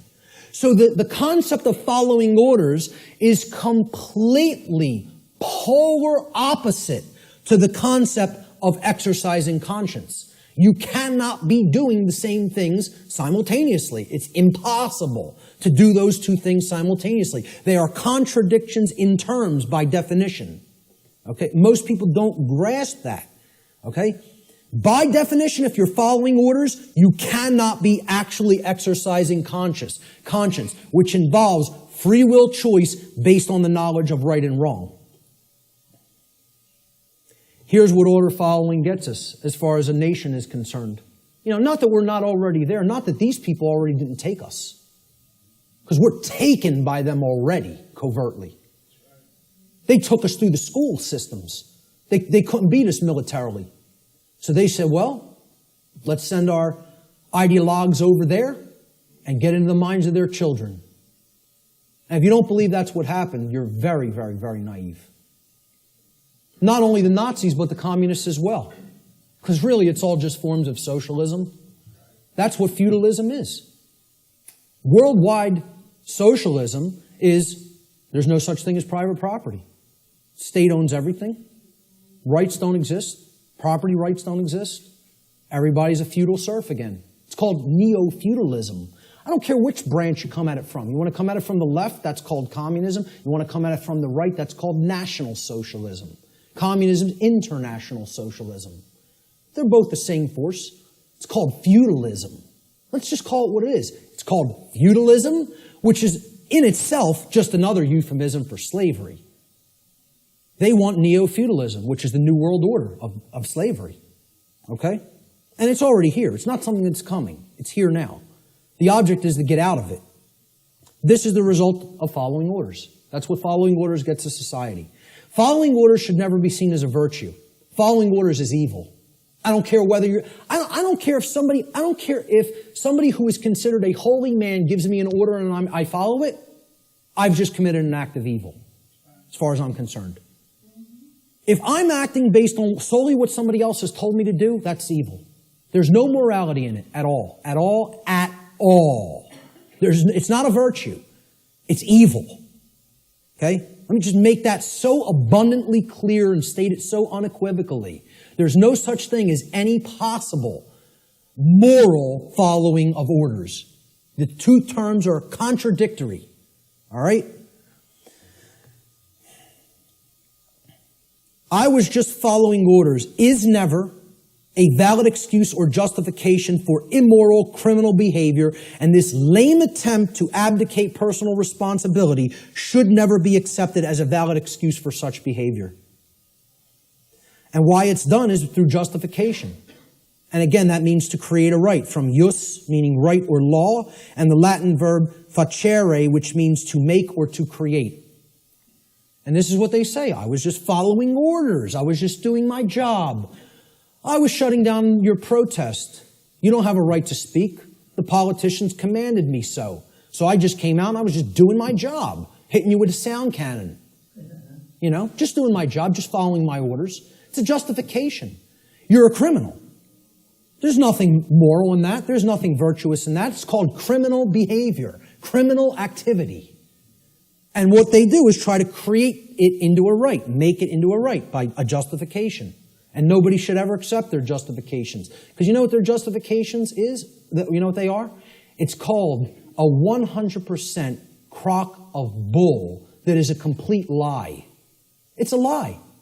They're just straight up looking you in the face and saying, I'm not responsible for that. I just did it, but I'm not the one who's responsible for it because I was acting on orders. Well, see, this defense didn't work as the Nuremberg defense, and nobody in America should be accepting it.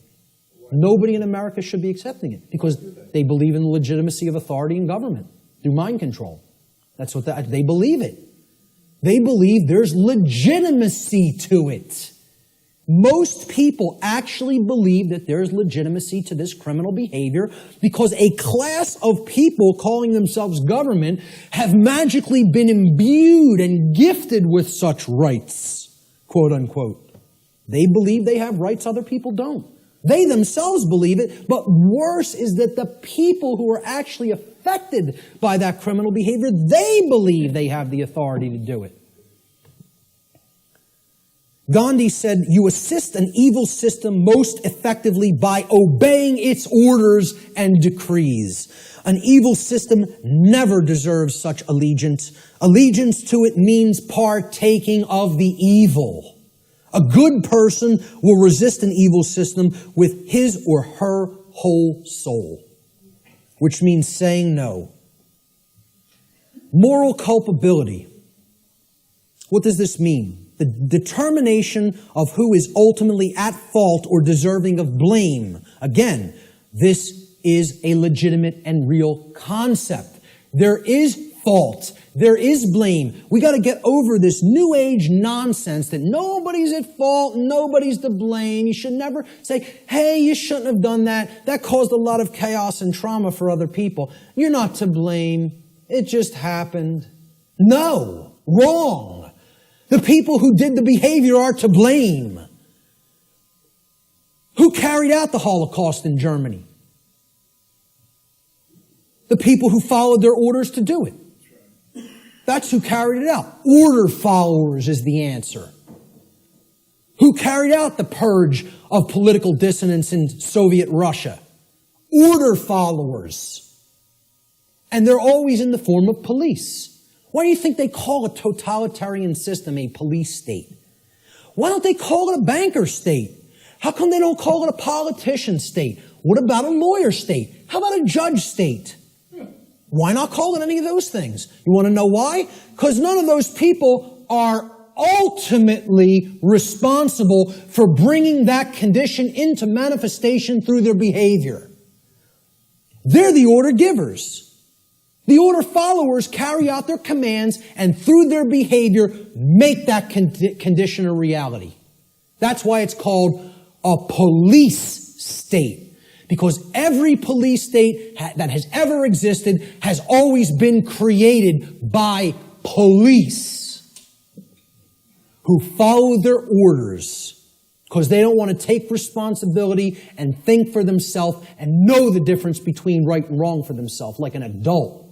Instead, I want to be a child who obeys daddy because I have daddy issues. All right? And that's what it's really about, folks. We're going to get to that. There is such a thing as blame for the commission of actions which have resulted in harm or loss to others. This is what culpable means. It comes from the Latin culpa, meaning fault or blame. It means at fault or deserving of blame. Now, who's more morally culpable? The order giver or the order follower? And please recognize I've underlined and capitalized the term more.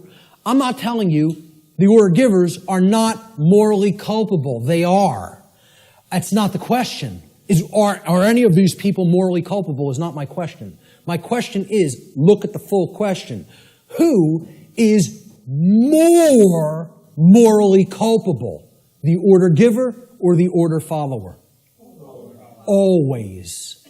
Always. At all times and places. At all times and places. I put this meme up on Facebook, and I got some hate back for it.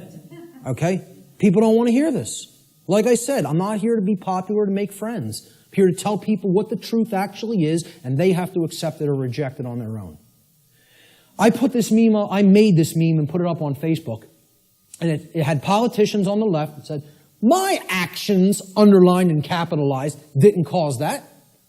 And then there were some soldiers or Marines, whatever they are, order followers on the right side, and they're also saying the same statement. My actions didn't cause that.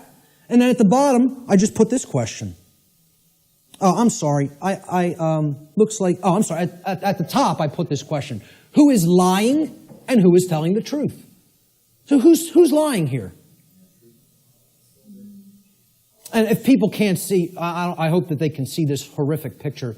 This is the result of, bombings that took place in the Middle East around Iraq.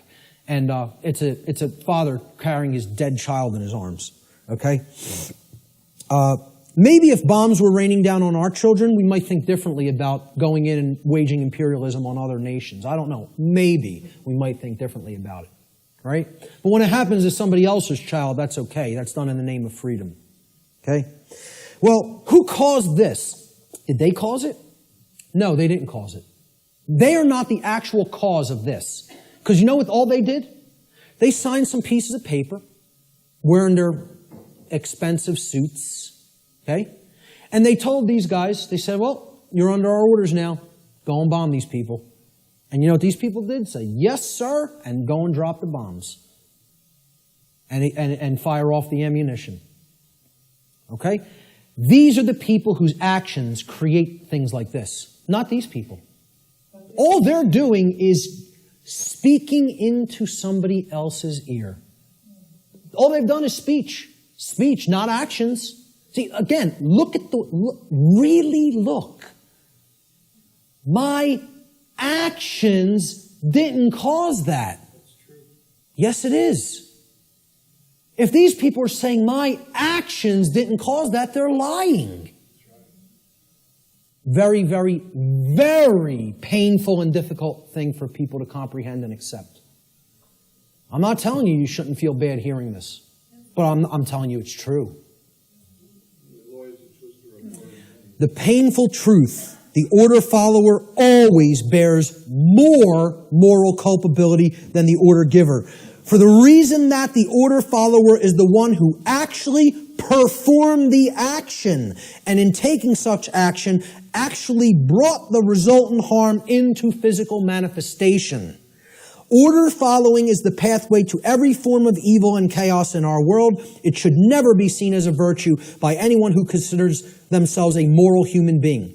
Order followers have ultimately been personally responsible and morally culpable for every form of slavery and every single totalitarian regime that has ever existed upon the face of the earth. That's the painful truth that people don't want to accept because they want to believe the absolute nonsense that order following is a virtue of any kind. And it needs to be obliterated from the face of the earth. Because it's not the way to any kind of virtues or order. It's the pathway to evil and annihilation. That's what it is. Responsibility versus abdication. So why don't these people want to think for themselves? It's too easy. It's too easy to just follow the orders of somebody else. They believe somehow magically this absolves them of personal responsibility to choose right from wrong. An individual's personal responsibility to choose right action over wrong action for themselves always belongs to that individual. And that responsibility can never be given to another person or passed along. One can only claim and imagine that they can abdicate their personal responsibility for such choice to someone else. It can never actually be done in reality. You're only making a claim. I'm not responsible for that behavior because this person told me to do it. That's just a claim. And moreover, what it really is it's just a damn lie. Okay? More simply put, an individual is always personally responsible for their own actions, period, and the end. If you did it, you're responsible for it. There are no cop-outs. Stop trying to make excuses or justifications for criminal behavior. Own up to personal responsibility. If you did wrong action, you did it. You caused it. I like how David Icke words this. He says, accept responsibility for yourself and your actions, thoughts, and words. You alone make these choices, so you alone are answerable to the consequences of your behavior.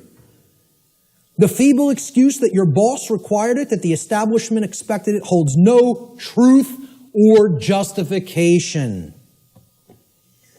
What is the point of having principles if you allow others to dictate your behavior? Really, those who allow others to dictate their behavior don't have principles.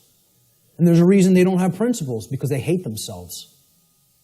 They're in psychological self-loathing, and there's a reason they're in that state, which my future work is going to cover in depth, in extensive depth and detail. At the end of the day, you will judge your performance and the contribution you've made to creation. It will not be based on what another expected of you or what you did because you felt trapped. Like, oh, there's no other way. I can't envision my way out of this. I can't envision doing something else. I might have to get another job. I might have to read and learn. I can't envision becoming a different person than the identity I've already forged for myself. How could I possibly imagine that? I have all my eggs in this basket. My whole ego identity is all wrapped up in my job and what I do. That defines who I am. I can't go against that. It's all nonsense. It's all what people are doing just because they feel trapped and they can't imagine that there's another way. Most people erroneously believe this is the second part of the abdication of responsibility on the part of the people. Most people erroneously believe that they can hand over their natural law right to defend themselves to another individual, group, or entity. In making such a false claim that somebody else is my protector, somebody else, it's their responsibility to protect me, okay, and defend me, they have attempted to abdicate a personal responsibility which actually always belongs to them and can never be given away. That's the self-defense principle. You own it. It's yours. You can't give it away to somebody else. Shock and amazement. Okay? That is your responsibility already. And guess what? You know what? They're all too happy. These controllers are now even all too happy to say, it's not our responsibility to protect you. Because what their actual goal is they're just revenue men for the new king. That's all they are. And to slap people back into line if they try to exercise rights that the new king called government has decreed that they may not exercise. That's what their real role is. They don't serve and protect the people. They serve and protect the ruling class. And they don't want to admit that to themselves. You know why? Because they're liars, most of all to themselves. It's a bunch of childish liars. Franklin said those who would give up essential liberty to purchase a little temporary safety deserve neither and will lose both. And this addresses the fear of chaos and the desire to abdicate your personal responsibility to defend yourself to other people just because you're afraid and you don't want to take the responsibility of doing it yourself. You want to stay in that mindset? I'll give up my freedom to be safe? Well, enjoy your safe slavery. I, for one, will take my dangerous and chaotic freedom. Okay? I'll take the absolute cannibal lurking around every corner, and I'll take my chances. Thank you very much. Give me my freedom and my assault rifle, and I'll take my chances. Thank you. Okay? So, the idea that you just want to be kept safe and you'll give up your freedom to do so, it's just a child. That's how a child thinks. And that's what this is really about. Not wanting to grow up and become adults. And again, there's a reason for this. This is the underlying psychological reason, but there's an even deeper one. But I'm going to touch on this one first. Self-respect versus self-loathing. People who don't want to take personal responsibility and become an adult are in this psychological condition. It's called self-loathing. What it means is you hate yourself. Nobody who wants to perpetuate slavery can possibly like themselves. They cannot love themselves. It's impossible. You are already in a state of self-hatred if you believe in government, if you believe in its legitimacy. Okay? Because you believe in slavery, and therefore you're in that slavery system and you want it to continue. How can you possibly love yourself? It's not possible. Self-loathing is the underlying psychological condition that causes people to attempt to abdicate their own personal responsibility to exercise conscience and fall into patterns of order following and justification. Just as it is not possible for an order follower to truly be exercising conscience, it is not possible for an order follower to truly love themselves. These two states cannot exist simultaneously. You cannot be an order follower and love yourself. It is impossible. They are contradictory psychological conditions. Okay? Here's what a self-loathing person really is. They're trapped in a trauma, abuse, victim cycle. A trauma happens, there's an abuser, there's a victim, and then it repeats itself. Because often the one who's abused becomes the traumatizer, and then the cycle repeats again. Talked about this pretty extensively on my podcast series. All right? That's what self-loathing, that's what this mind state, okay? This is a golem creature, okay? It's a 100% programmed and lifeless thing that is imbued with the ability to actually move like a robot. You can liken it to a flesh robot, okay? And it's a concept in ancient dark occultism, all right? And the golem is driven by the force of self-loathing. And that's what the order followers are. They're golems. Okay? I'm not saying this to insult people. I don't really care how people take it. I'm telling them what they really are and what the dark occultists think of them. They call them their dogs and their pets. That's their name for the police and the military. I did a whole series on that. Okay? And I'm not telling you that from book knowledge. I'm telling you that from their lips to my ears. That's what they call them. The golem is in this mindset. Since I have suffered, I will cause suffering to others. Since I can't deal with my nested psychological traumas and childhood issues and inadequacy issues, okay, I'm going to take out all of that nested, subconscious, psychological frustration on other people that I have no right to take it out upon. That's the golem mindset.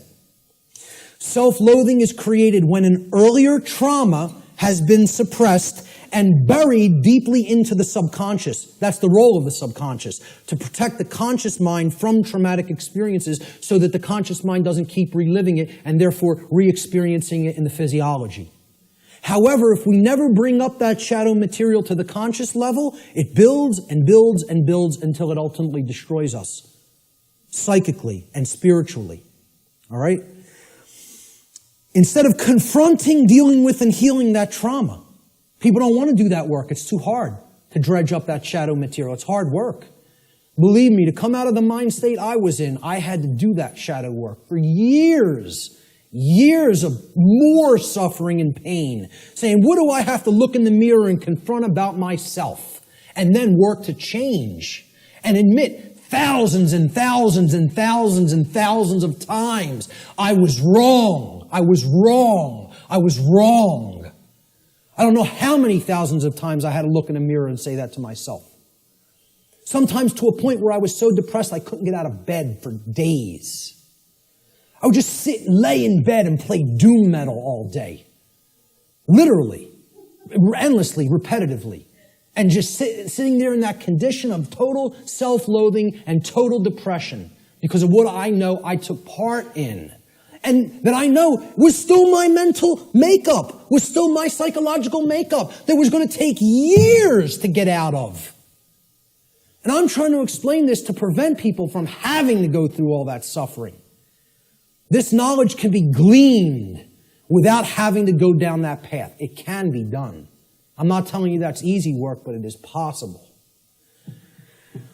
Such trauma could take the form of feelings of inadequacy, whether they are real or imagined. And you know what that mind state ultimately is? It's a self-prison. That's somebody putting themselves in a cage. These people who want to take out their psychological frustrations on other people, they're prisoners. They are in the cage and they love being in the cage. They don't have any desire for freedom. The only kind of person that would have no desire for real freedom is a person who's in the psychological state of self-loathing and hates themselves and does not love themselves. Now, what heals self-loathing? Self-respect. And we have to know what the word respect means. And this is about looking at yourself. Introspection. Respect comes from the Latin re, meaning again, and the Latin verb spectare, which means to look at. You put them together, to look at again, to take another look at. Well, what are you taking another look at? You're taking another look at yourself. That's what respect starts as. You can't give something to somebody that you don't have. If I don't have $10 in my pocket, I can't give it to you. If I don't have a coin in my pocket, I can't give it to somebody else. You got to have it first to give it. So nobody can give respect to anybody else unless they first developed it inwardly. Self-respect has to come first.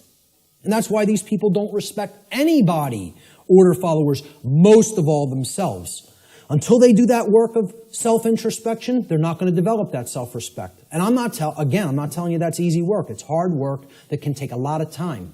And it's dredging up shadow material that most people want to run away from. They don't want to confront that about themselves. Only self-respect can heal self-loathing and therefore help to put an order follower on the path to conscience. We need to take another look at ourselves. The lost word. All right, this is the end of the natural law segment, and I'm just going to talk about solutions toward the end a little bit. All right? The lost word. It's a concept in esoteric Freemasonry, which represents a state of consciousness that has been largely, quote-unquote, lost to the majority of human beings. In order to speak the quote-unquote lost word, a human being must work upon themselves in order to achieve a state of equilibrium or balance between the left and right hemispheres of the brain. In such a state of balanced consciousness, the being has come to know oneself, as well as the working operations of the macrocosm, meaning natural law. In doing so, that person has also come to understand the objective difference between right and wrong, or as these concepts are referred to in the tradition of Freemasonry, they have come to understand the difference between light, which is right, and darkness, which is wrong. Or light, which is knowledge of right and wrong, and darkness, which is ignorance of right and wrong, respectively. All right? What is the lost word, though? That's the lost word, ladies and gentlemen. You know the knowledge of the highest levels of Freemasonry now. Most actual Freemasons in the lodge system don't know the lost word. The lost word is no. And I would suggest to you, it is a dual word. The lost word is dual, meaning it's two things. It's not just one. It is the word no, N-O, and it is the word know, K-N-O-W. Those are the lost words.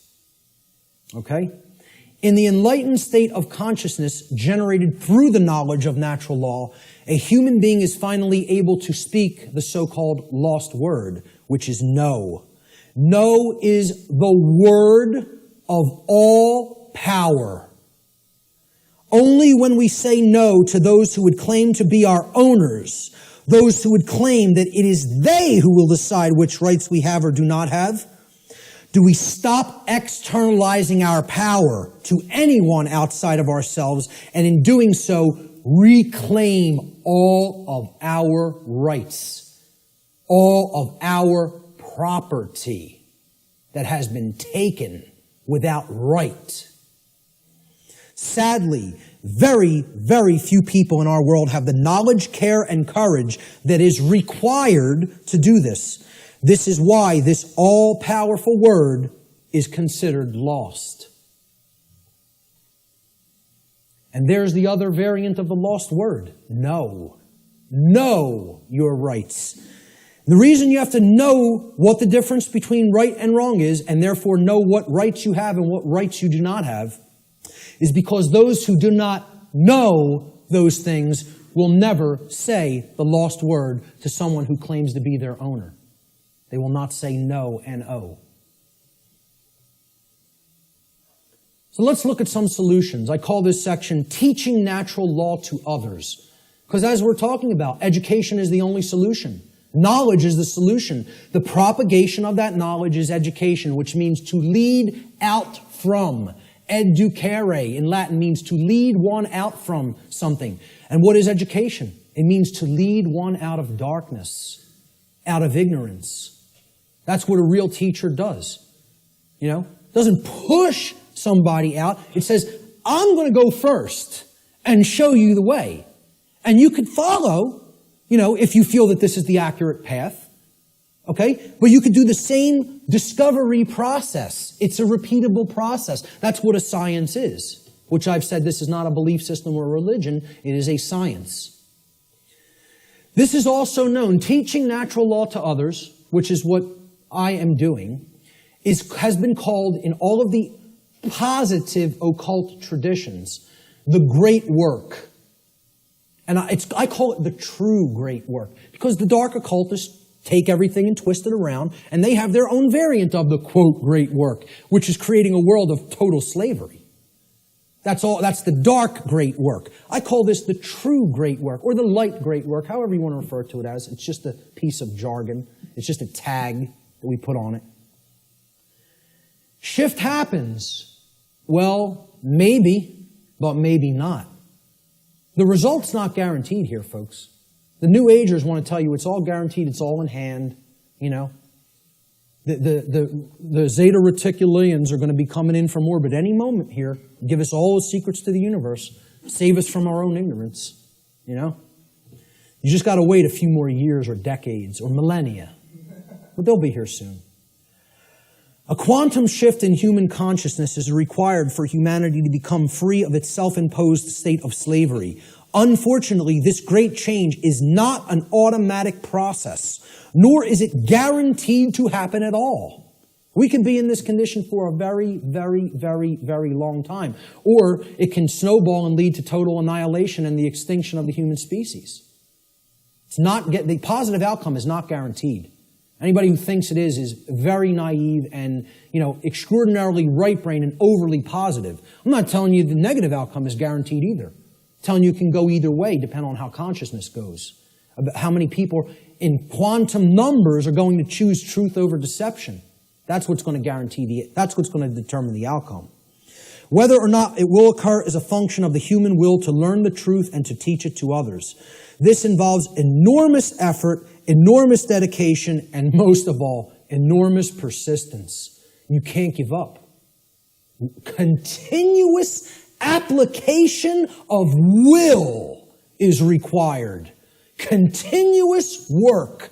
In alchemy, there's a saying. It's like the catchphrase for the alchemical tradition.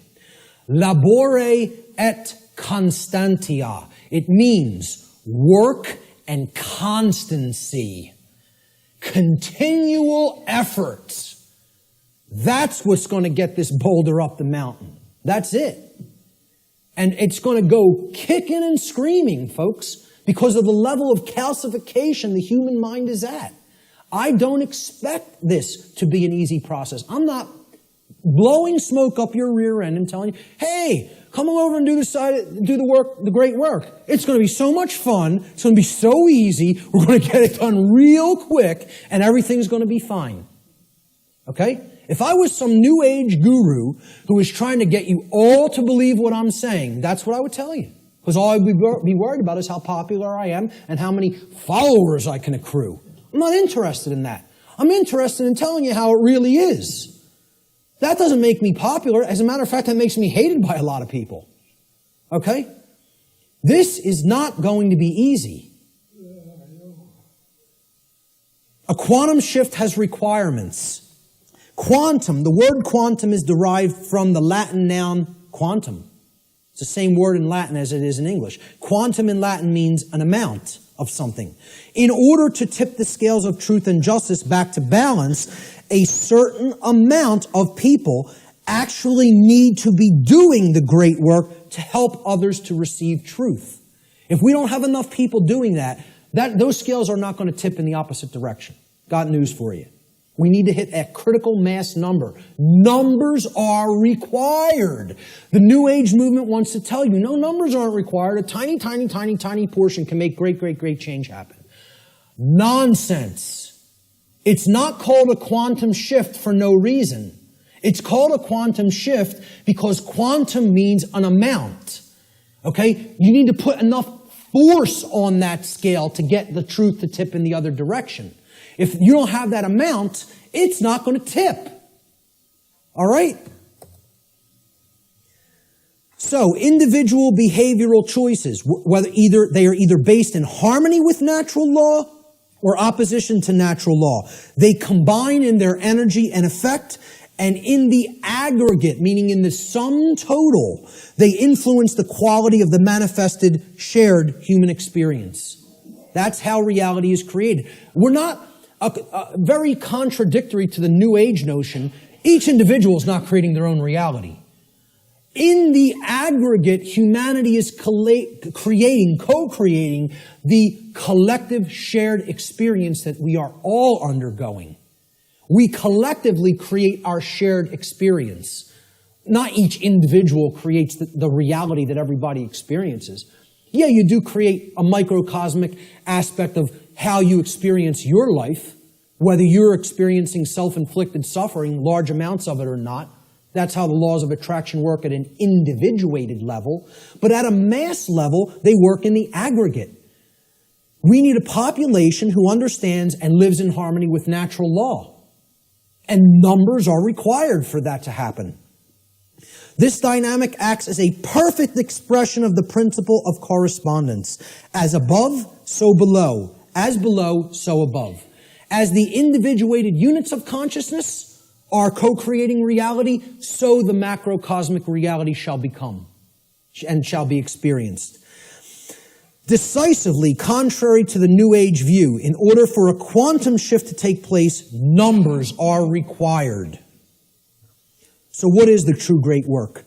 The true great work can only be performed after one has already realized the truth regarding natural law and brought oneself, one's own actions into alignment with natural law. That's when it begins. Because once you do that and you're no longer in that internal contradiction or opposition, that's when you can legitimately start teaching it to other people because you know it deeply enough and you've actually aligned your behavior to it. So the true great work is what comes after that. And here's what it is. This is actually what the true great work is now.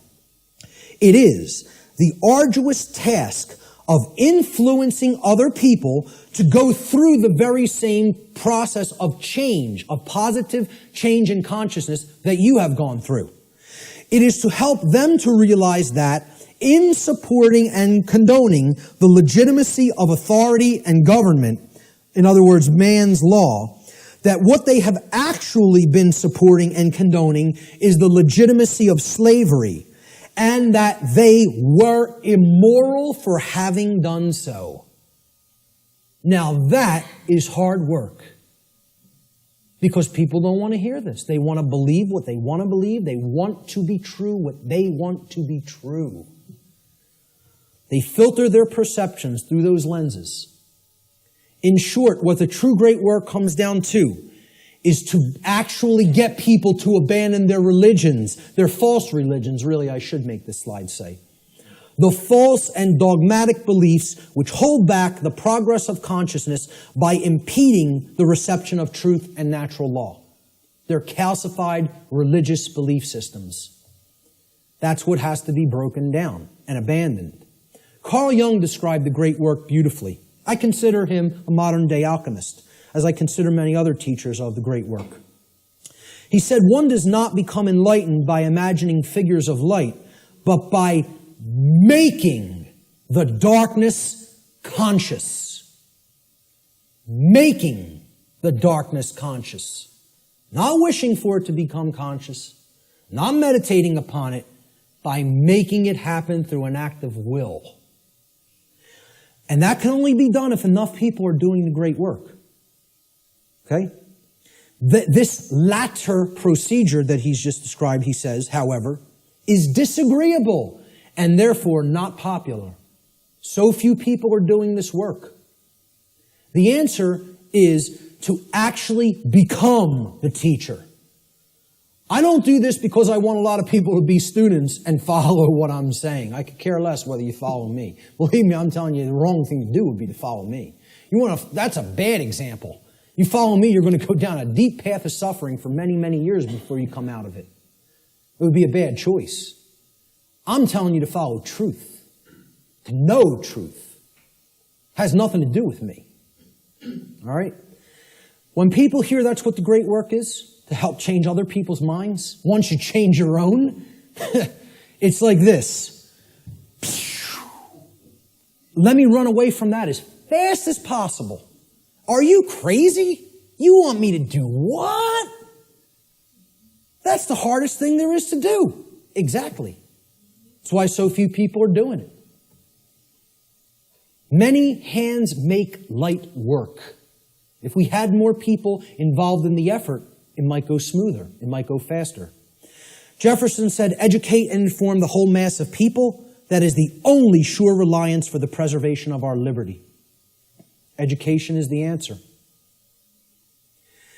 Researcher Donald McIlvaney said in his book, Toward a New World Order, in every declining civilization, there is a small remnant of people who adhere to the right against the wrong, who recognize the difference between good and evil, and who will take an active stand for the former against the latter.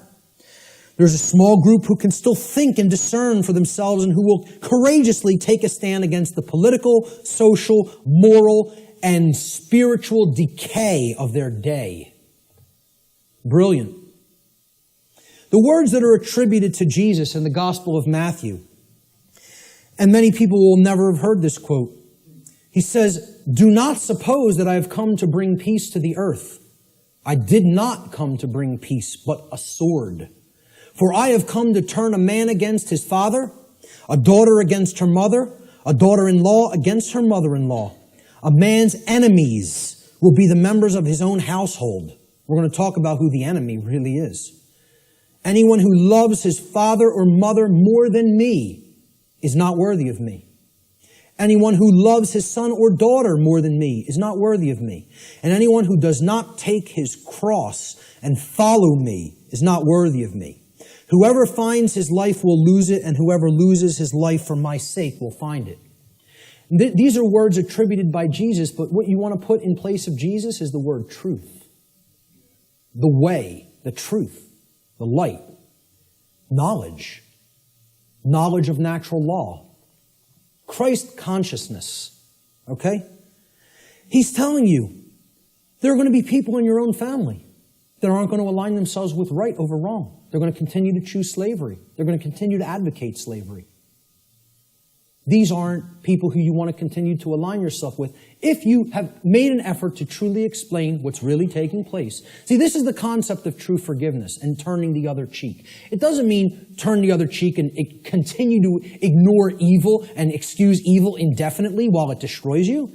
It means you have to give people who you're close with and you have an affinity with more chances than you would give just somebody who you don't know to learn the truth. It's like saying, because I really care about this person personally, I'm going to keep going back, and I'm going to keep hitting them with the truth. And eventually, if they come over to the side of truth and right, fine. But what he's saying here is eventually, this spiritual war is going to go hot, so to speak. And the people, even who are closest to us, if they don't align themselves with right, are the people who are ultimately continuing the evil in the world. They're the real spiritual enemy. What will this battle really be against, this spiritual war? Well, I say it will really actually be against inner demons that exist in the psyche of mankind. And these inner demons are egos that are hardened into what I've referred to as negative knowledge, emotional mind control, and the fear of true freedom. So negative knowledge is the concept that somebody already knows. They don't want to look at something because, hey, I already know what's really going on. Okay? It's the illusion of knowledge. The greatest enemy may not be ignorance, but rather the illusion of actual knowledge. And people don't have the truth. And not only don't they have the truth, so they're at zero there, right? They're at the 0 point there because they haven't really started looking in the truth for themselves, but they're attached to all this stuff that isn't true. So that puts them in the negative. They got to do work to get back to zero of knowing nothing. That's why I call it negative knowledge. Got to do hard work to get back to a clean slate, to start taking in some good stuff. Many people are in that state, and the people who are in that state largely are the overly intellectual, the super left-brained, the left-brain prison, folks. Emotional mind control is the second inner demon. I encounter this all the time through people with my work, because many people don't have the thick skin to listen to somebody like me, and that's okay. That's all right. Again, what Art talked about is that in the ancient traditions, they talked about reserve the meat for the strong men and furnish the milk for the babies. All right? I'm not here to convert the babies. I don't have the patience for that. I don't have the energy for that. What I'm trying to do is get the other teachers ready who might have the energy and patience for that. Because that's not me. And I'm being 100% perfectly honest with you that that's not me. I'm not here to do that. Okay? I'm hoping to bring some other people that are most of the way there, all the way there, so they can start doing that on a wider scale. They're going to be the people who are going to work with people like that, not me. I'm just being honest with you about it. Emotional mind control comes in a couple of forms. Well, if this is unpleasant, the New Age variant is this right here. If it's unpleasant, I don't want to hear it, I don't want to see it, and I certainly won't want to tell others about it. See no evil, hear no evil, speak no evil. I'll just ignore it and it'll go away on its own. Well, what happens when you do that with any kind of a sickness or a problem? Does it get better? It gets worse. The second form of emotional mind control is people have a problem hearing truth because they don't like or prefer the way it's delivered. I'm not going to stop delivering truth the way I deliver it. This is my style. I like my style, personally. I don't think I have a problem at all in the way I present. I listen back to my presentations, and I don't, totally pat myself on the back, but I say, I did a damn good job there. I'm proud of how I did, personally. Okay? I'm making an honest assessment about how I present. And again, I realize my presentation style is mostly for the thick-skinned. It's not for the people with super delicate sensibilities. So be it. That's not really who I'm trying to reach. I'm trying to do vertical integration, not horizontal integration. Build up the community of people who really get it, and they can start propagating it to the masses. This concept is about, the attractive newscaster on the nightly news. She can whisper sweet nothings in your ear all night with the blue frequencies behind her, okay, and say, 2 + 2 = 5. 2 + 2 = 5. And she's going to get a lot of people to believe that nonsense, right? But the person who's actually telling you the truth, that you might not like the sound of his voice, you might not like the harshness that he comes to you with the truth with, he might be screaming through a bullhorn and saying, hey, you're in danger. You are actively in danger. There is an imperative here, okay? There is a time consideration here. You don't have all the time in the world to correct this. All right? People say, well, I don't like the way he said that. That comes off as negative to me. I think he's fear-mongering or making a bigger deal out of this than it is. They're not interested in the content, the actual information. They're saying, the way that was said offended me. I don't prefer the sound of his voice or the tone he just took. Well, does that have any damn thing to do with whether the information was true or not?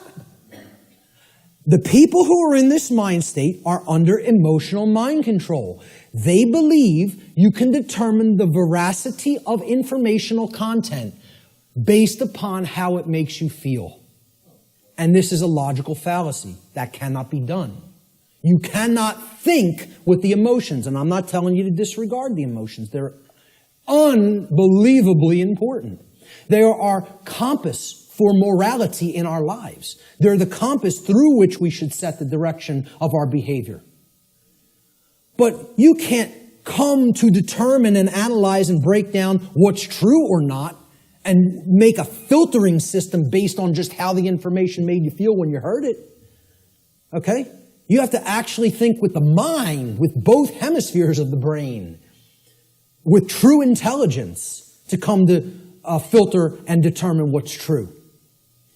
Okay? No matter how much anybody wants to, give you that soft, sweet, pleasant, emotional voice, okay? That person's still lying to you. And no matter how much the person who comes with an abrasive, harsh, nasty, or scratchy voice might keep telling you 2 + 2 = 4, and you don't personally like their tone, guess what, folks? It still equals 4 at all times and places. That's the truth.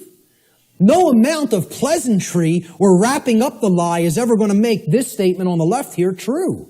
Ever. But yet, that's what people would rather prefer to hear if it's told to them in a nice, pleasant tone. Truth is belligerent, as I said at the beginning of the presentation. It is, by its very nature, at war with the forces of falsehood and deceit. Correct. We literally believe that we are in the right to ignore a message of truth if the messenger is somehow distasteful to us.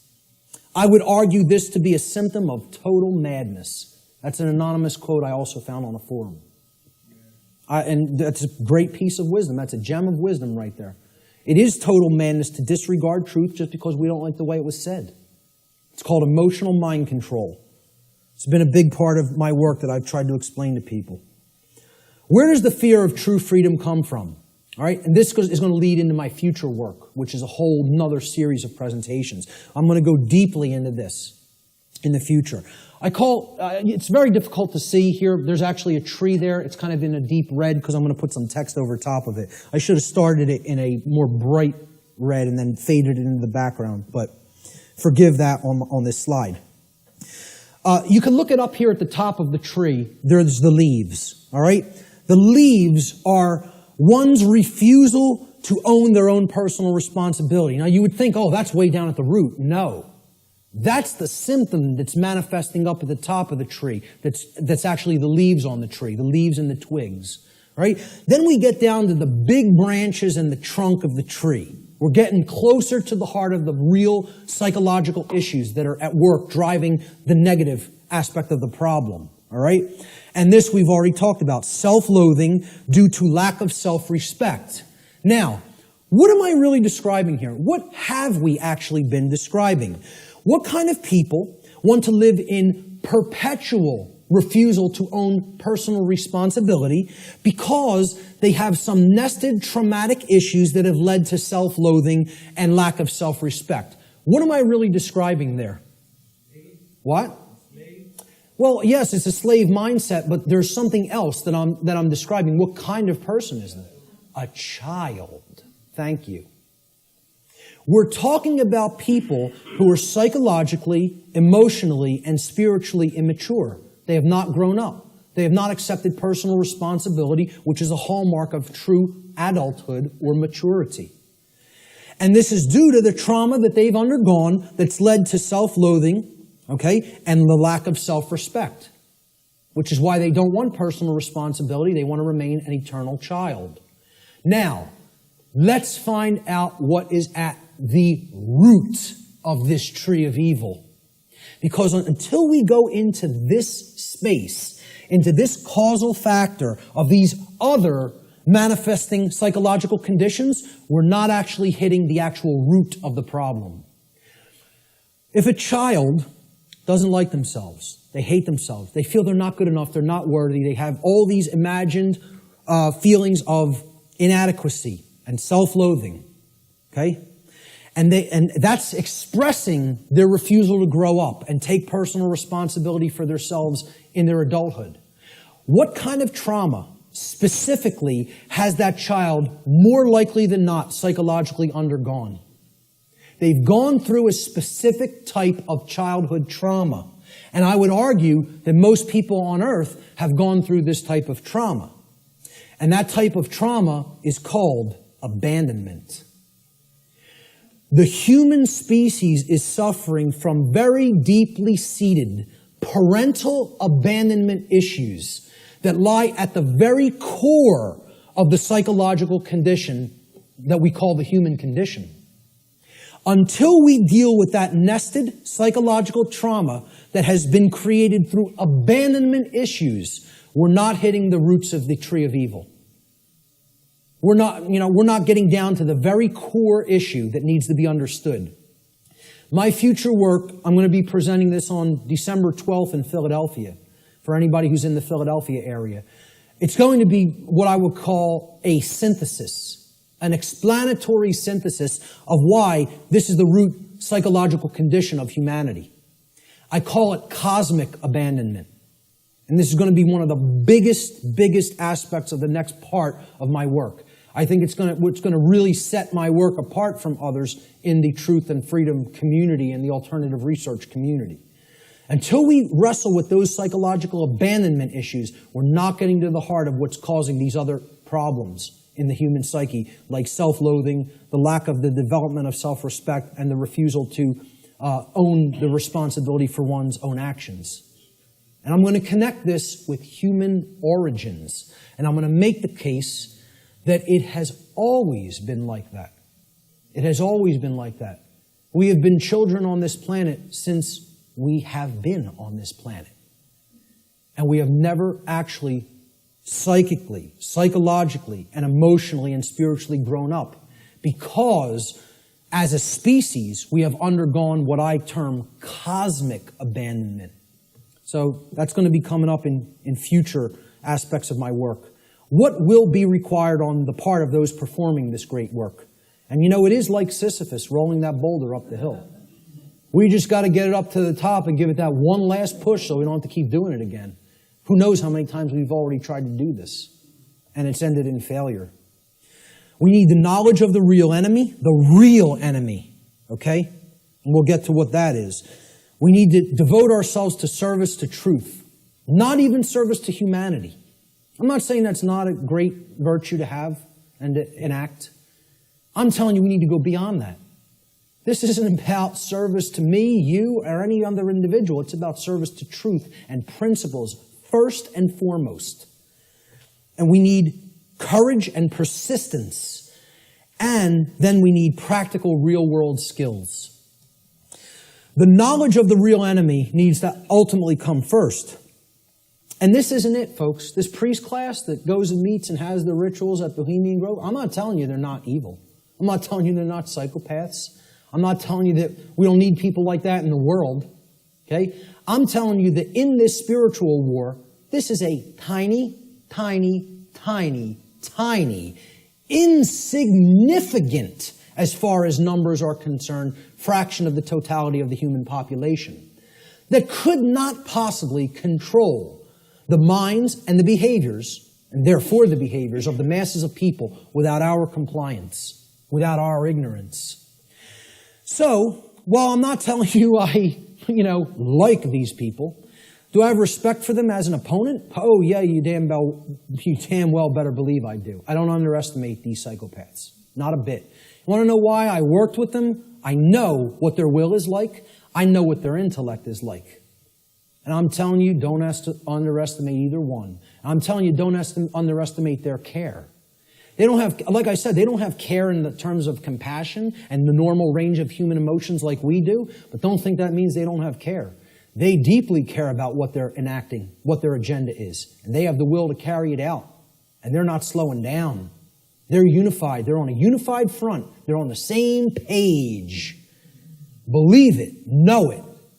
I'm not telling you that from, like I said, reading about it or book knowledge. I've been around these psychopaths. Haven't specifically been to this psychopathic gathering, but I've been around them enough. That's not the real enemy, that is. The sleeping masses, hypnotized masses, they're your enemy. See, people will say, the Illuminati enslaves humanity. No, it doesn't. Humanity enslaves the real Illuminati. You think about that for a little bit. You know? Do those psychopaths in the last slide really enslave us? And first of all, people who call them the Illuminati, there's no such thing. Illuminati means that you're enlightened, the illuminated ones. You want to know who's the enlightened ones? They're in this room. We're the Illuminati. The people who know what I'm talking about here are the Illuminati. They're the illuminated ones. They're the ones with the light. They're the ones with the real knowledge. Okay? They want to refer to themselves as the enlightened ones. Well, they might have the dark sun. They don't have the true sun. You know? They're imbued with the black sun. That means it's all intellectual knowledge, and then you're applying it for the totally immoral, wrong reasons, which is to control and manipulate other people. There's nothing illuminated about that. So, the real Illuminati, they're not the enslavers of humanity. The dark Illuminati are not the enslavers of humanity either. Humanity enslaves itself, and they're enslaving the true Illuminati, the teachers who are actually living under the conditions of slavery because they're here with the ignorant people. That's who's being enslaved by humanity. Humanity are the enslavers. And this is another thing that's highly unpopular. People don't want to hear it. They want to think we're powerless victims. There's no choice involved here. This is something that's just being done to us. Okay? And I'm here to tell you, free will is always in existence. And it's a matter of changing one's thoughts and therefore changing one's choices. And that's our own personal responsibility that can never be given away or shirked or shunned. You are always responsible for what we're doing. Service to truth is required. Truth itself is eternal, can never be destroyed. But you know what? Humanity can be destroyed. We can be destroyed when we refuse to act in service to truth as her defenders. People say, oh, truth doesn't need to be defended. Nonsense. Truth needs to be defended at all times and places because the attack on it is never-ending and non-stop, continuous. And if we don't come to her defense, you know what happens? The voice of untruth and deception and evil and mind control rules the day. And the voice of truth doesn't get heard. Because the truth itself doesn't have a physical voice in the physical domain.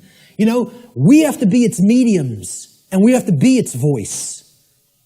It's possible for us to co-create a positive outcome in this scenario, but this can only be accomplished if we care enough to learn the truth ourselves, and then we develop the courage to continuously speak it to other people until our voice of truth becomes a non-stop chorus like the voice of lies and deception and mind control has been for millennia on this planet.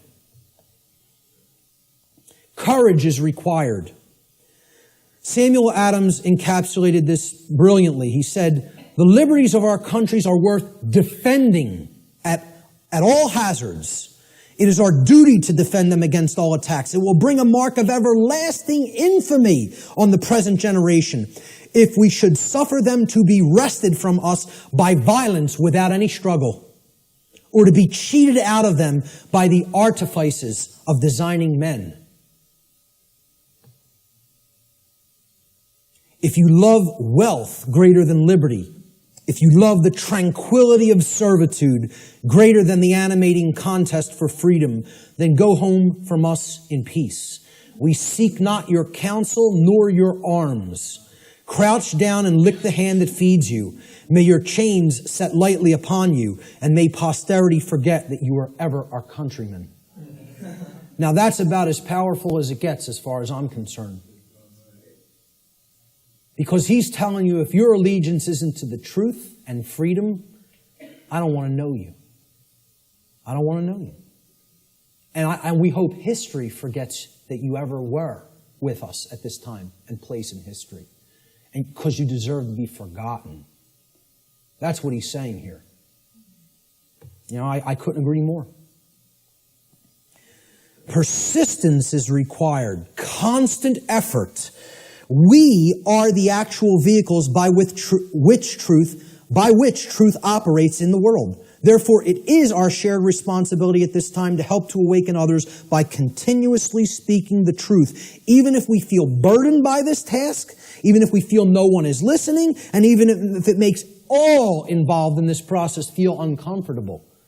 It's not about feeling comfort, folks. It's not about staying complacent. It's about shaking things up, making people feel uncomfortable. Who ever told anybody that the truth would make you all warm and fuzzy inside? Who ever told anybody that? Why do people want to believe that? Whoever said that that was the case? The truth is horrible and yet needs to be embraced as a lover. Okay? With dedication to it, even in its full horror. Thomas Paine, who I feel was the most enlightened person on the continent at the time of the American Revolution personally, he's one of my personal heroes, and walked in the vicinity where I walk sometimes now. He said, "These are the times that try men's souls. The summer soldier and the sunshine patriot will, in this crisis, shrink from the service of his country. But he that stands it now deserves the love and thanks of man and woman. Tyranny, like hell, is not easily conquered. Yet we have this consolation with us, that the harder the conflict, the more glorious the triumph." I think he was one of the true anarchists that was living amongst us in the colonial days. Words attributed to the Buddha, Siddhartha Gautama. He said, "There are only two mistakes that one can ever make on the path to truth: not starting and not going all the way."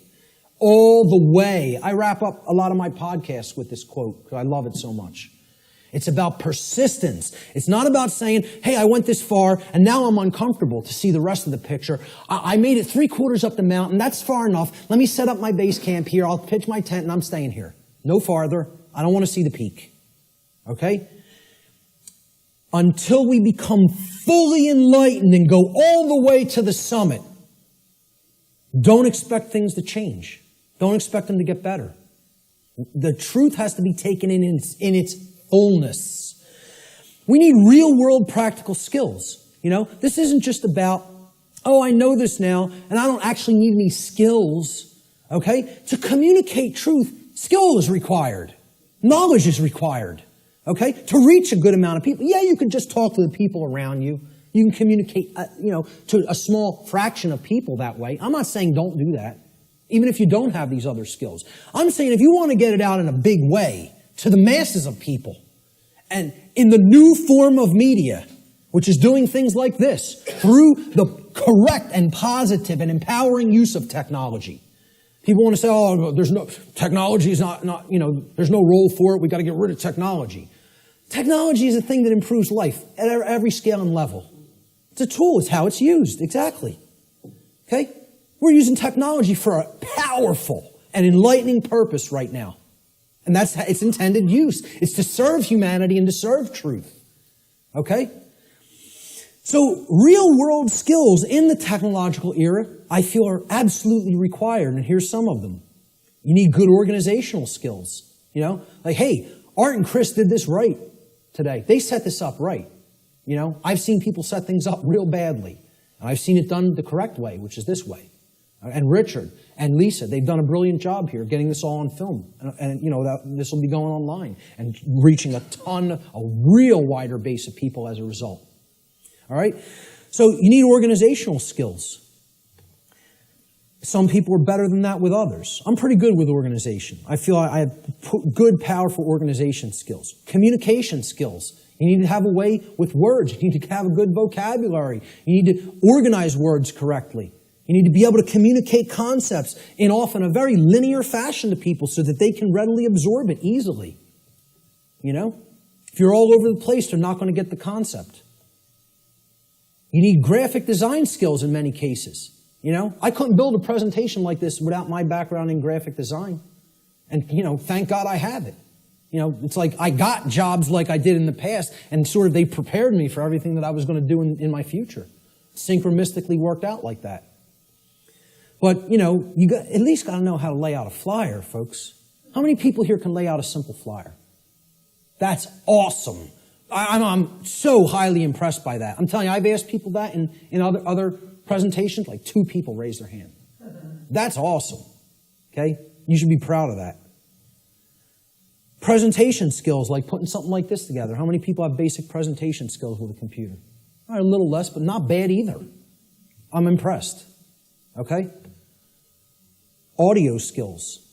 You know, sometimes you got to work with audio, podcast audio, etc. Video editing skills. I know Richard's a master at that. Website development. This was laborious in the past, just 10 years ago. We have free open source content management systems now that make this almost a breeze. It's a little bit of a learning curve, but once you get there, hey, you're off to the races. You can maintain multiple websites then, right? So how many people can build a simple website by a show of hands? That's also awesome. I mean, kudos.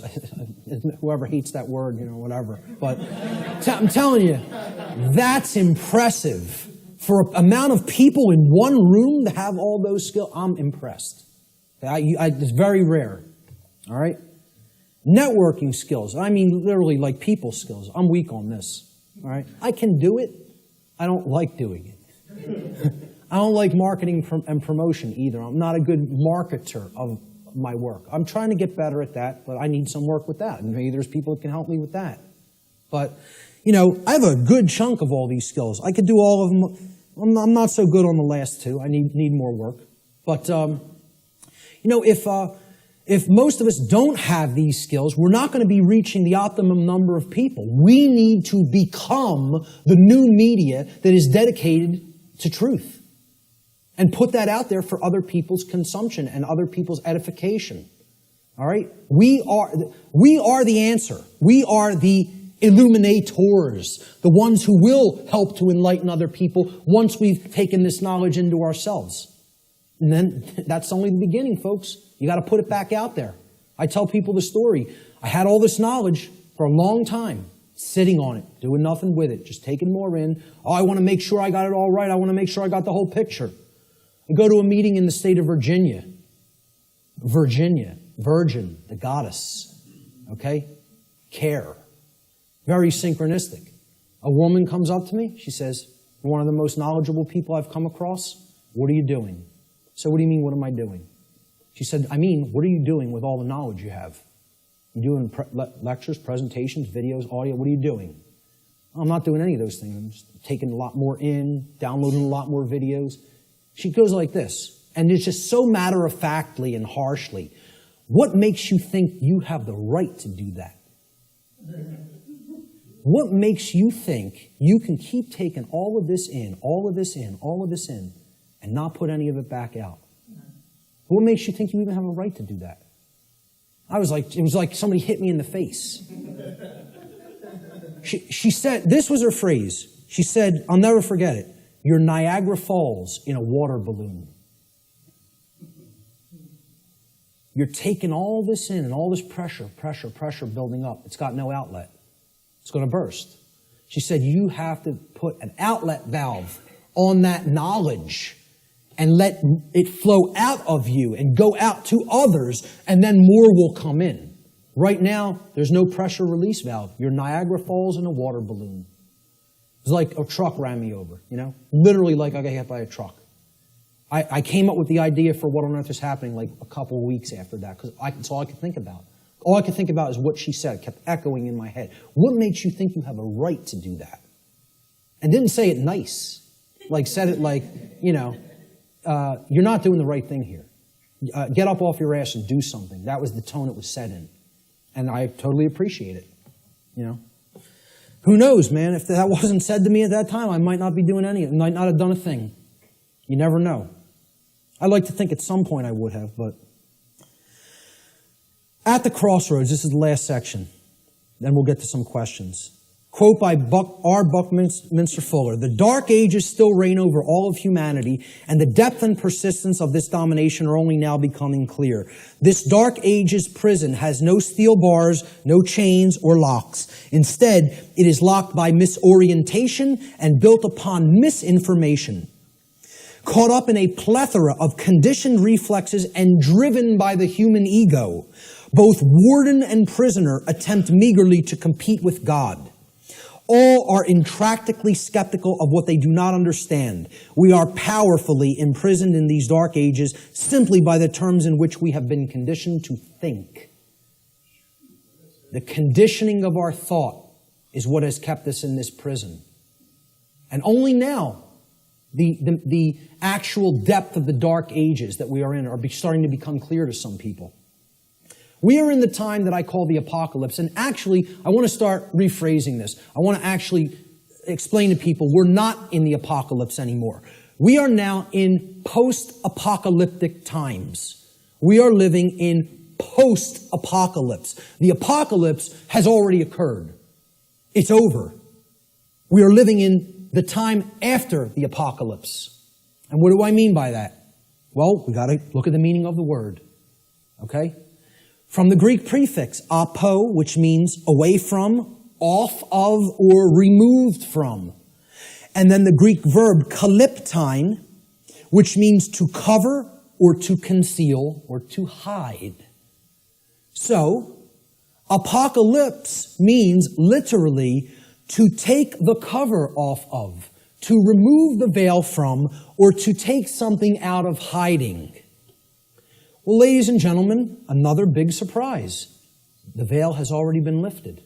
The truth is already out there. It's out. The truth about what's going on here and has been going on here on the earth is out. It has been de-occulted. And not just by me, by many, many other researchers. Okay? There's a laundry list of them out on my website, and I talk about in the podcasts. All right? It's all out there.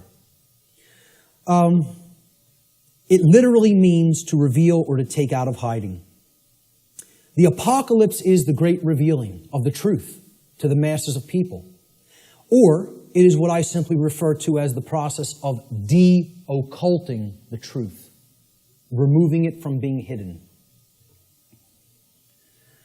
What humanity needs to do is make what I call the cosmic apology. And I'll get to what that means. See these words right here? I was wrong. That's the most powerful phrase that can ever be said by a human being. The second most powerful phrase I would acknowledge is I love you. But this is more powerful than even that. Because this is about internal change. Not just a dynamic or an interaction or a relationship with another. This is about an internal metamorphosis. When you say these words, this is the phrase of all power. No is the word of all power by which we reclaim our power. But this is the phrase of power. All right? Okay. The word apology comes from Greek. Apo, meaning away from, off of, or removed from, as we've just seen. And the Greek noun logos. Logos means word. Okay? So hence, an apology, it literally means to go away from the word. Or to give back the word. Okay? You are taking it back. So if I make an apology, I said something, I didn't really mean it, or I want to retract it. An apology means, let me take back what I just said. Okay? I'm taking it back. I'm removing the word. All right? I'm going away from the former word or phrase that I just said. That's an apology in the standard colloquial English understanding sense. All right? Let's look at what I call the cosmic apology and where this term really comes from, what it really means. See, the Greek noun logos, which is written there in Greek script, which means word in Greek, it comes from the Greek verb lego. All right? Lego in Greek means to speak or to say. It's where we get the English word lexicon from. All right? The Latin noun lex legis is related to the Greek verb lego, to say. Again, because who put the laws into manifestation? The Creator did. How did the Creator manifest the physical universe and all the laws? Spoke it into existence. Reality and truth are spoken into existence by the power of vibration, the vibratory power of voice. Okay? So the Creator created the universe by the phrase, fiat lux in Latin. It means let there be light. Okay? The Latin noun lex legis, meaning law, is actually derived from this Greek verb lego, meaning to speak or to say. God and not man is the logos, the author of law, the one who spoke the law into existence at the creation of the universe, because natural law is the boundary conditions of the manifested reality called the physical universe. These are the boundary conditions which govern it. Humanity's work is to learn to listen to God's word. Not man's word, not man's law.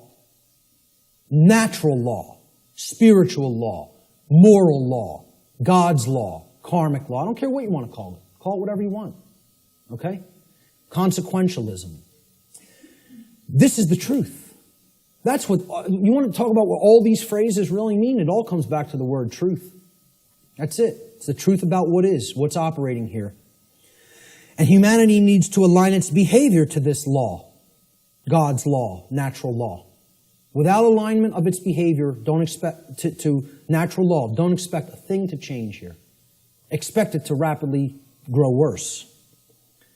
Humanity must make a cosmic apology by giving the word, okay, which means the authorship of creating law. See, we think we're the authors, we're the authorities. That's what author means, right? Author. What's another word for author? This is just this is how mind control through words works, right? An author is a what? A writer. Well, what are you saying there? An author who has authority, they are authoring something, is a writer. They are a right, R-I-G-H-T-E-R. Okay? They're making it into a right. This is what you hear when you hear the word authority. You hear author, which means a writer, meaning one who makes rights, which means someone who believes they're God. That's all this really comes down to. In a nutshell, we're up against a class of people who believe that they can be God and own and rule everybody else. That's all the dark occult comes down to, folks. People who believe they're God. Sick, psychopathic lunatics who think they're God and are going to rule the hell of the prison world that they're going to create, that they call their dark new world order. We need to give the word back. That's what an apology is. And who it needs to be given back to is the creator of the universe, because that's the author of the law. That's its rightful owner. The word doesn't belong to us, folks. The word belongs to God. That's why it says at the beginning of the biblical text, in the beginning was the Word, and the Word was God. You know, that's what the Logos is. Natural law. God is law. You want the best definition I could ever give you for the word God? Law. People don't want to look at it like that. Very few people ever look at it like that. That's what the force of creation is. It's natural law. It's how we co-create our reality, whether we do it consciously or unconsciously. This apology is accomplished when we open our minds and hearts to truth and we start saying the lost word, no, to evil, to the presence of evil in our lives.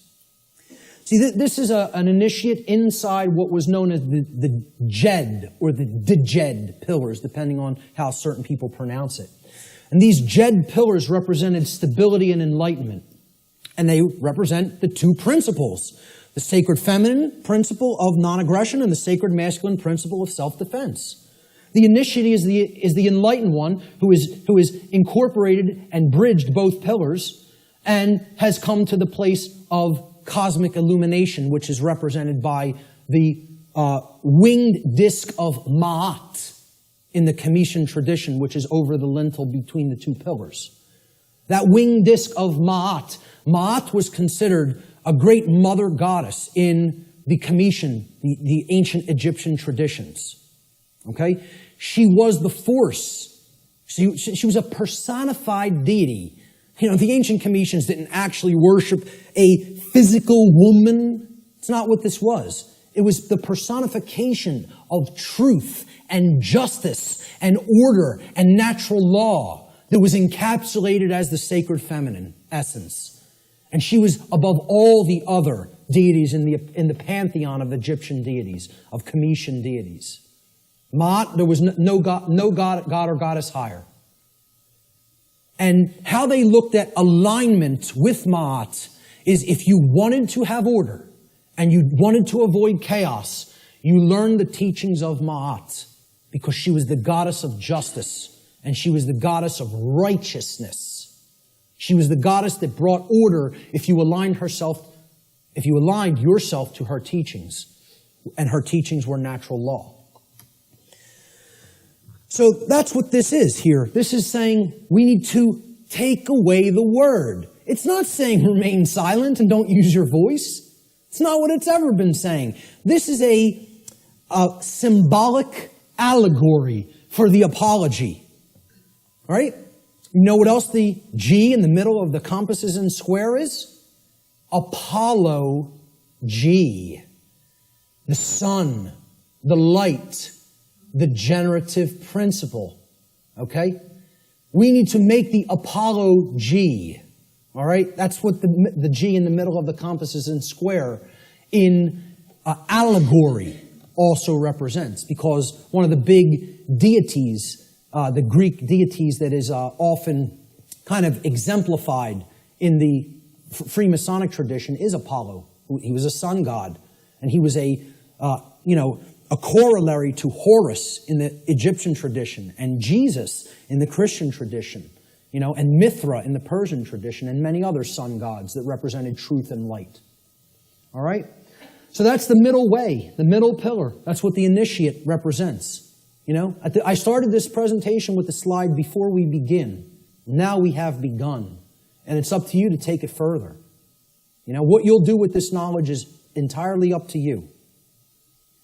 See, this is a painting by Alex Gray that shows the worldview schism. Are we going to stay embedded in the left brain and in other forms of imbalance, and we're going to create the negative worldview, right? Or are we going to live in harmony with natural law, which can create this path when we incorporate the creative and nurturing and sacred feminine aspect of our beings? Natural law, living in harmony with it, can only lead to these conditions: freedom, peace, prosperity, the continuation of our species, our actual physical survival, and our evolutionary progress in consciousness. That's what living in harmony with natural law leads to. Conversely, living in opposition to natural law will get us this side of the world tree. It'll bring this world, this hellish world of chaos and destruction. Because living in opposition to natural law can only lead to these states: control, enslavement, war, chaos, evolutionary stagnation, and ultimately the extinction of our species. Which will we choose? That's still up in the air. I can't tell you that. Only each individual can make that decision for themselves, and then that will play out in the aggregate, in the mass consciousness, the numbers. Thomas Jefferson said, "A free people claim their rights as derived from the laws of nature." And this was also embedded in the Declaration of Independence. The laws of nature and of nature's God, and not as the gift of their magistrates. John Locke said, "The natural liberty of man is to be free from any superior power on earth, and not to be under the will or legislative authority of man, but only to have the law of nature for his rule." Former Grand Master of the Order of the Rose Cross, the Rosicrucian tradition, Francis Bacon, said, "Nature, to be commanded, must first be obeyed." If we want the forces of the cosmos on our side, we have to learn and adhere to the principles of natural law. If we do not align our behavior to that, nature will not stand with us. It will continuously stand against us, and it will itself create more strife and suffering in our lives. And we certainly won't command it. We won't command its forces with things like free energy used for any positive purpose. It'll only be used for destructive purposes. The psychologist Alfred Adler said, "There is a law that man should love his neighbor as himself." And he's referring, of course, here to the Golden Rule. "In a few hundred years, it should be as natural to mankind as breathing or the upright gait. But if he does not learn it, he must perish." And you know, folks, I would really hope this is going to take less than a few hundred years. But based on where we're at, I'm not so sure. You know? I think we could do it a lot faster than that if we accept the key that's been shown here today, that, as I said before, has the power to unlock all the locks on all the doors to all the cages. And that's what the knowledge of natural law comprises. Will we make the choice to climb the ladder of consciousness through an act of our own free will, choice, and effort? It's not a simple climb. I mean, it's a difficult climb. It's not overly complicated to learn these concepts, to learn these truths. It involves abandoning many things that we've already been conditioned with that don't serve who we are, okay? But I'm not telling you it's going to be easy, all right? It involves a lot of deep introspective work. But if we do it, we can step out of the prison that we've imposed upon ourselves by balancing the sacred feminine and masculine forces within each one of us. And by recognizing our own inherent sovereignty, and that there is no legitimacy and never has been any legitimacy to slavery and control and the external rulership of human beings as subjects. Okay? That recognition of sovereignty has to go hand in hand with our knowledge of natural law. It's a totally integrated component of it. This was the title slide. This tarot card was on the title slide. When you understand, and I've talked about this in some of my work online, when you understand the deep connection to the tarot tradition and other mystery tradition teachings, specifically its very deep interwoven relationship to the Kabbalistic tradition of the Middle Eastern mystery traditions, all right? You understand that this card right here actually represents the will of creation and what creation itself, what the mind of the universe itself ultimately wants to manifest in physical reality. Not in some other worldly dream world or fantasy realm or spiritual reality that is to come or not come. Right here in the physical domain, which is not separate and distinct from the spiritual domain. They are one and the same. This card is known as the Justice card. Okay? And it's based on the Latin word jus, which means right or law. Okay? That's where we get the English word justice. This card represents balance between the pillars, as you see on the right side of the king, holding the sword of truth in hand, and the scales of truth and justice have been perfectly balanced and are in the other hand. And it represents sovereignty. And it represents alignment with natural law.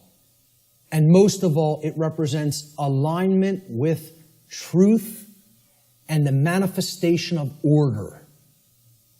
That can only happen when we align our behaviors to the principles of natural law. Only then will we see the manifestation that the universe is itself wishing for us and trying to help us create, which is justice and order. If we let go of the things that are holding us back and break our mental chains of bondage, we can create a world that is based in actual, real freedom. It is possible. I'm not telling you it's not going to be arduous work or a difficult journey, but it can be done. Okay? If we choose to do that, we're going to see advances and things that are going to be created that the world is going to look so drastically different if we go down that middle path to the truth and to order and to justice through the understanding of natural law and actually applying it and living it in our lives, that the changes we're going to experience are going to be so positive and so transformative that we can scarcely even imagine what the world will be like on the other side of that work, on the other side of that transformation. Will that be done? Maybe. Maybe not. The answer will come from what you see in the reflection of that device right there. That's what will determine it. Nothing else. It's up to each individual. Ladies and gentlemen, thank you so much for your kind attention today.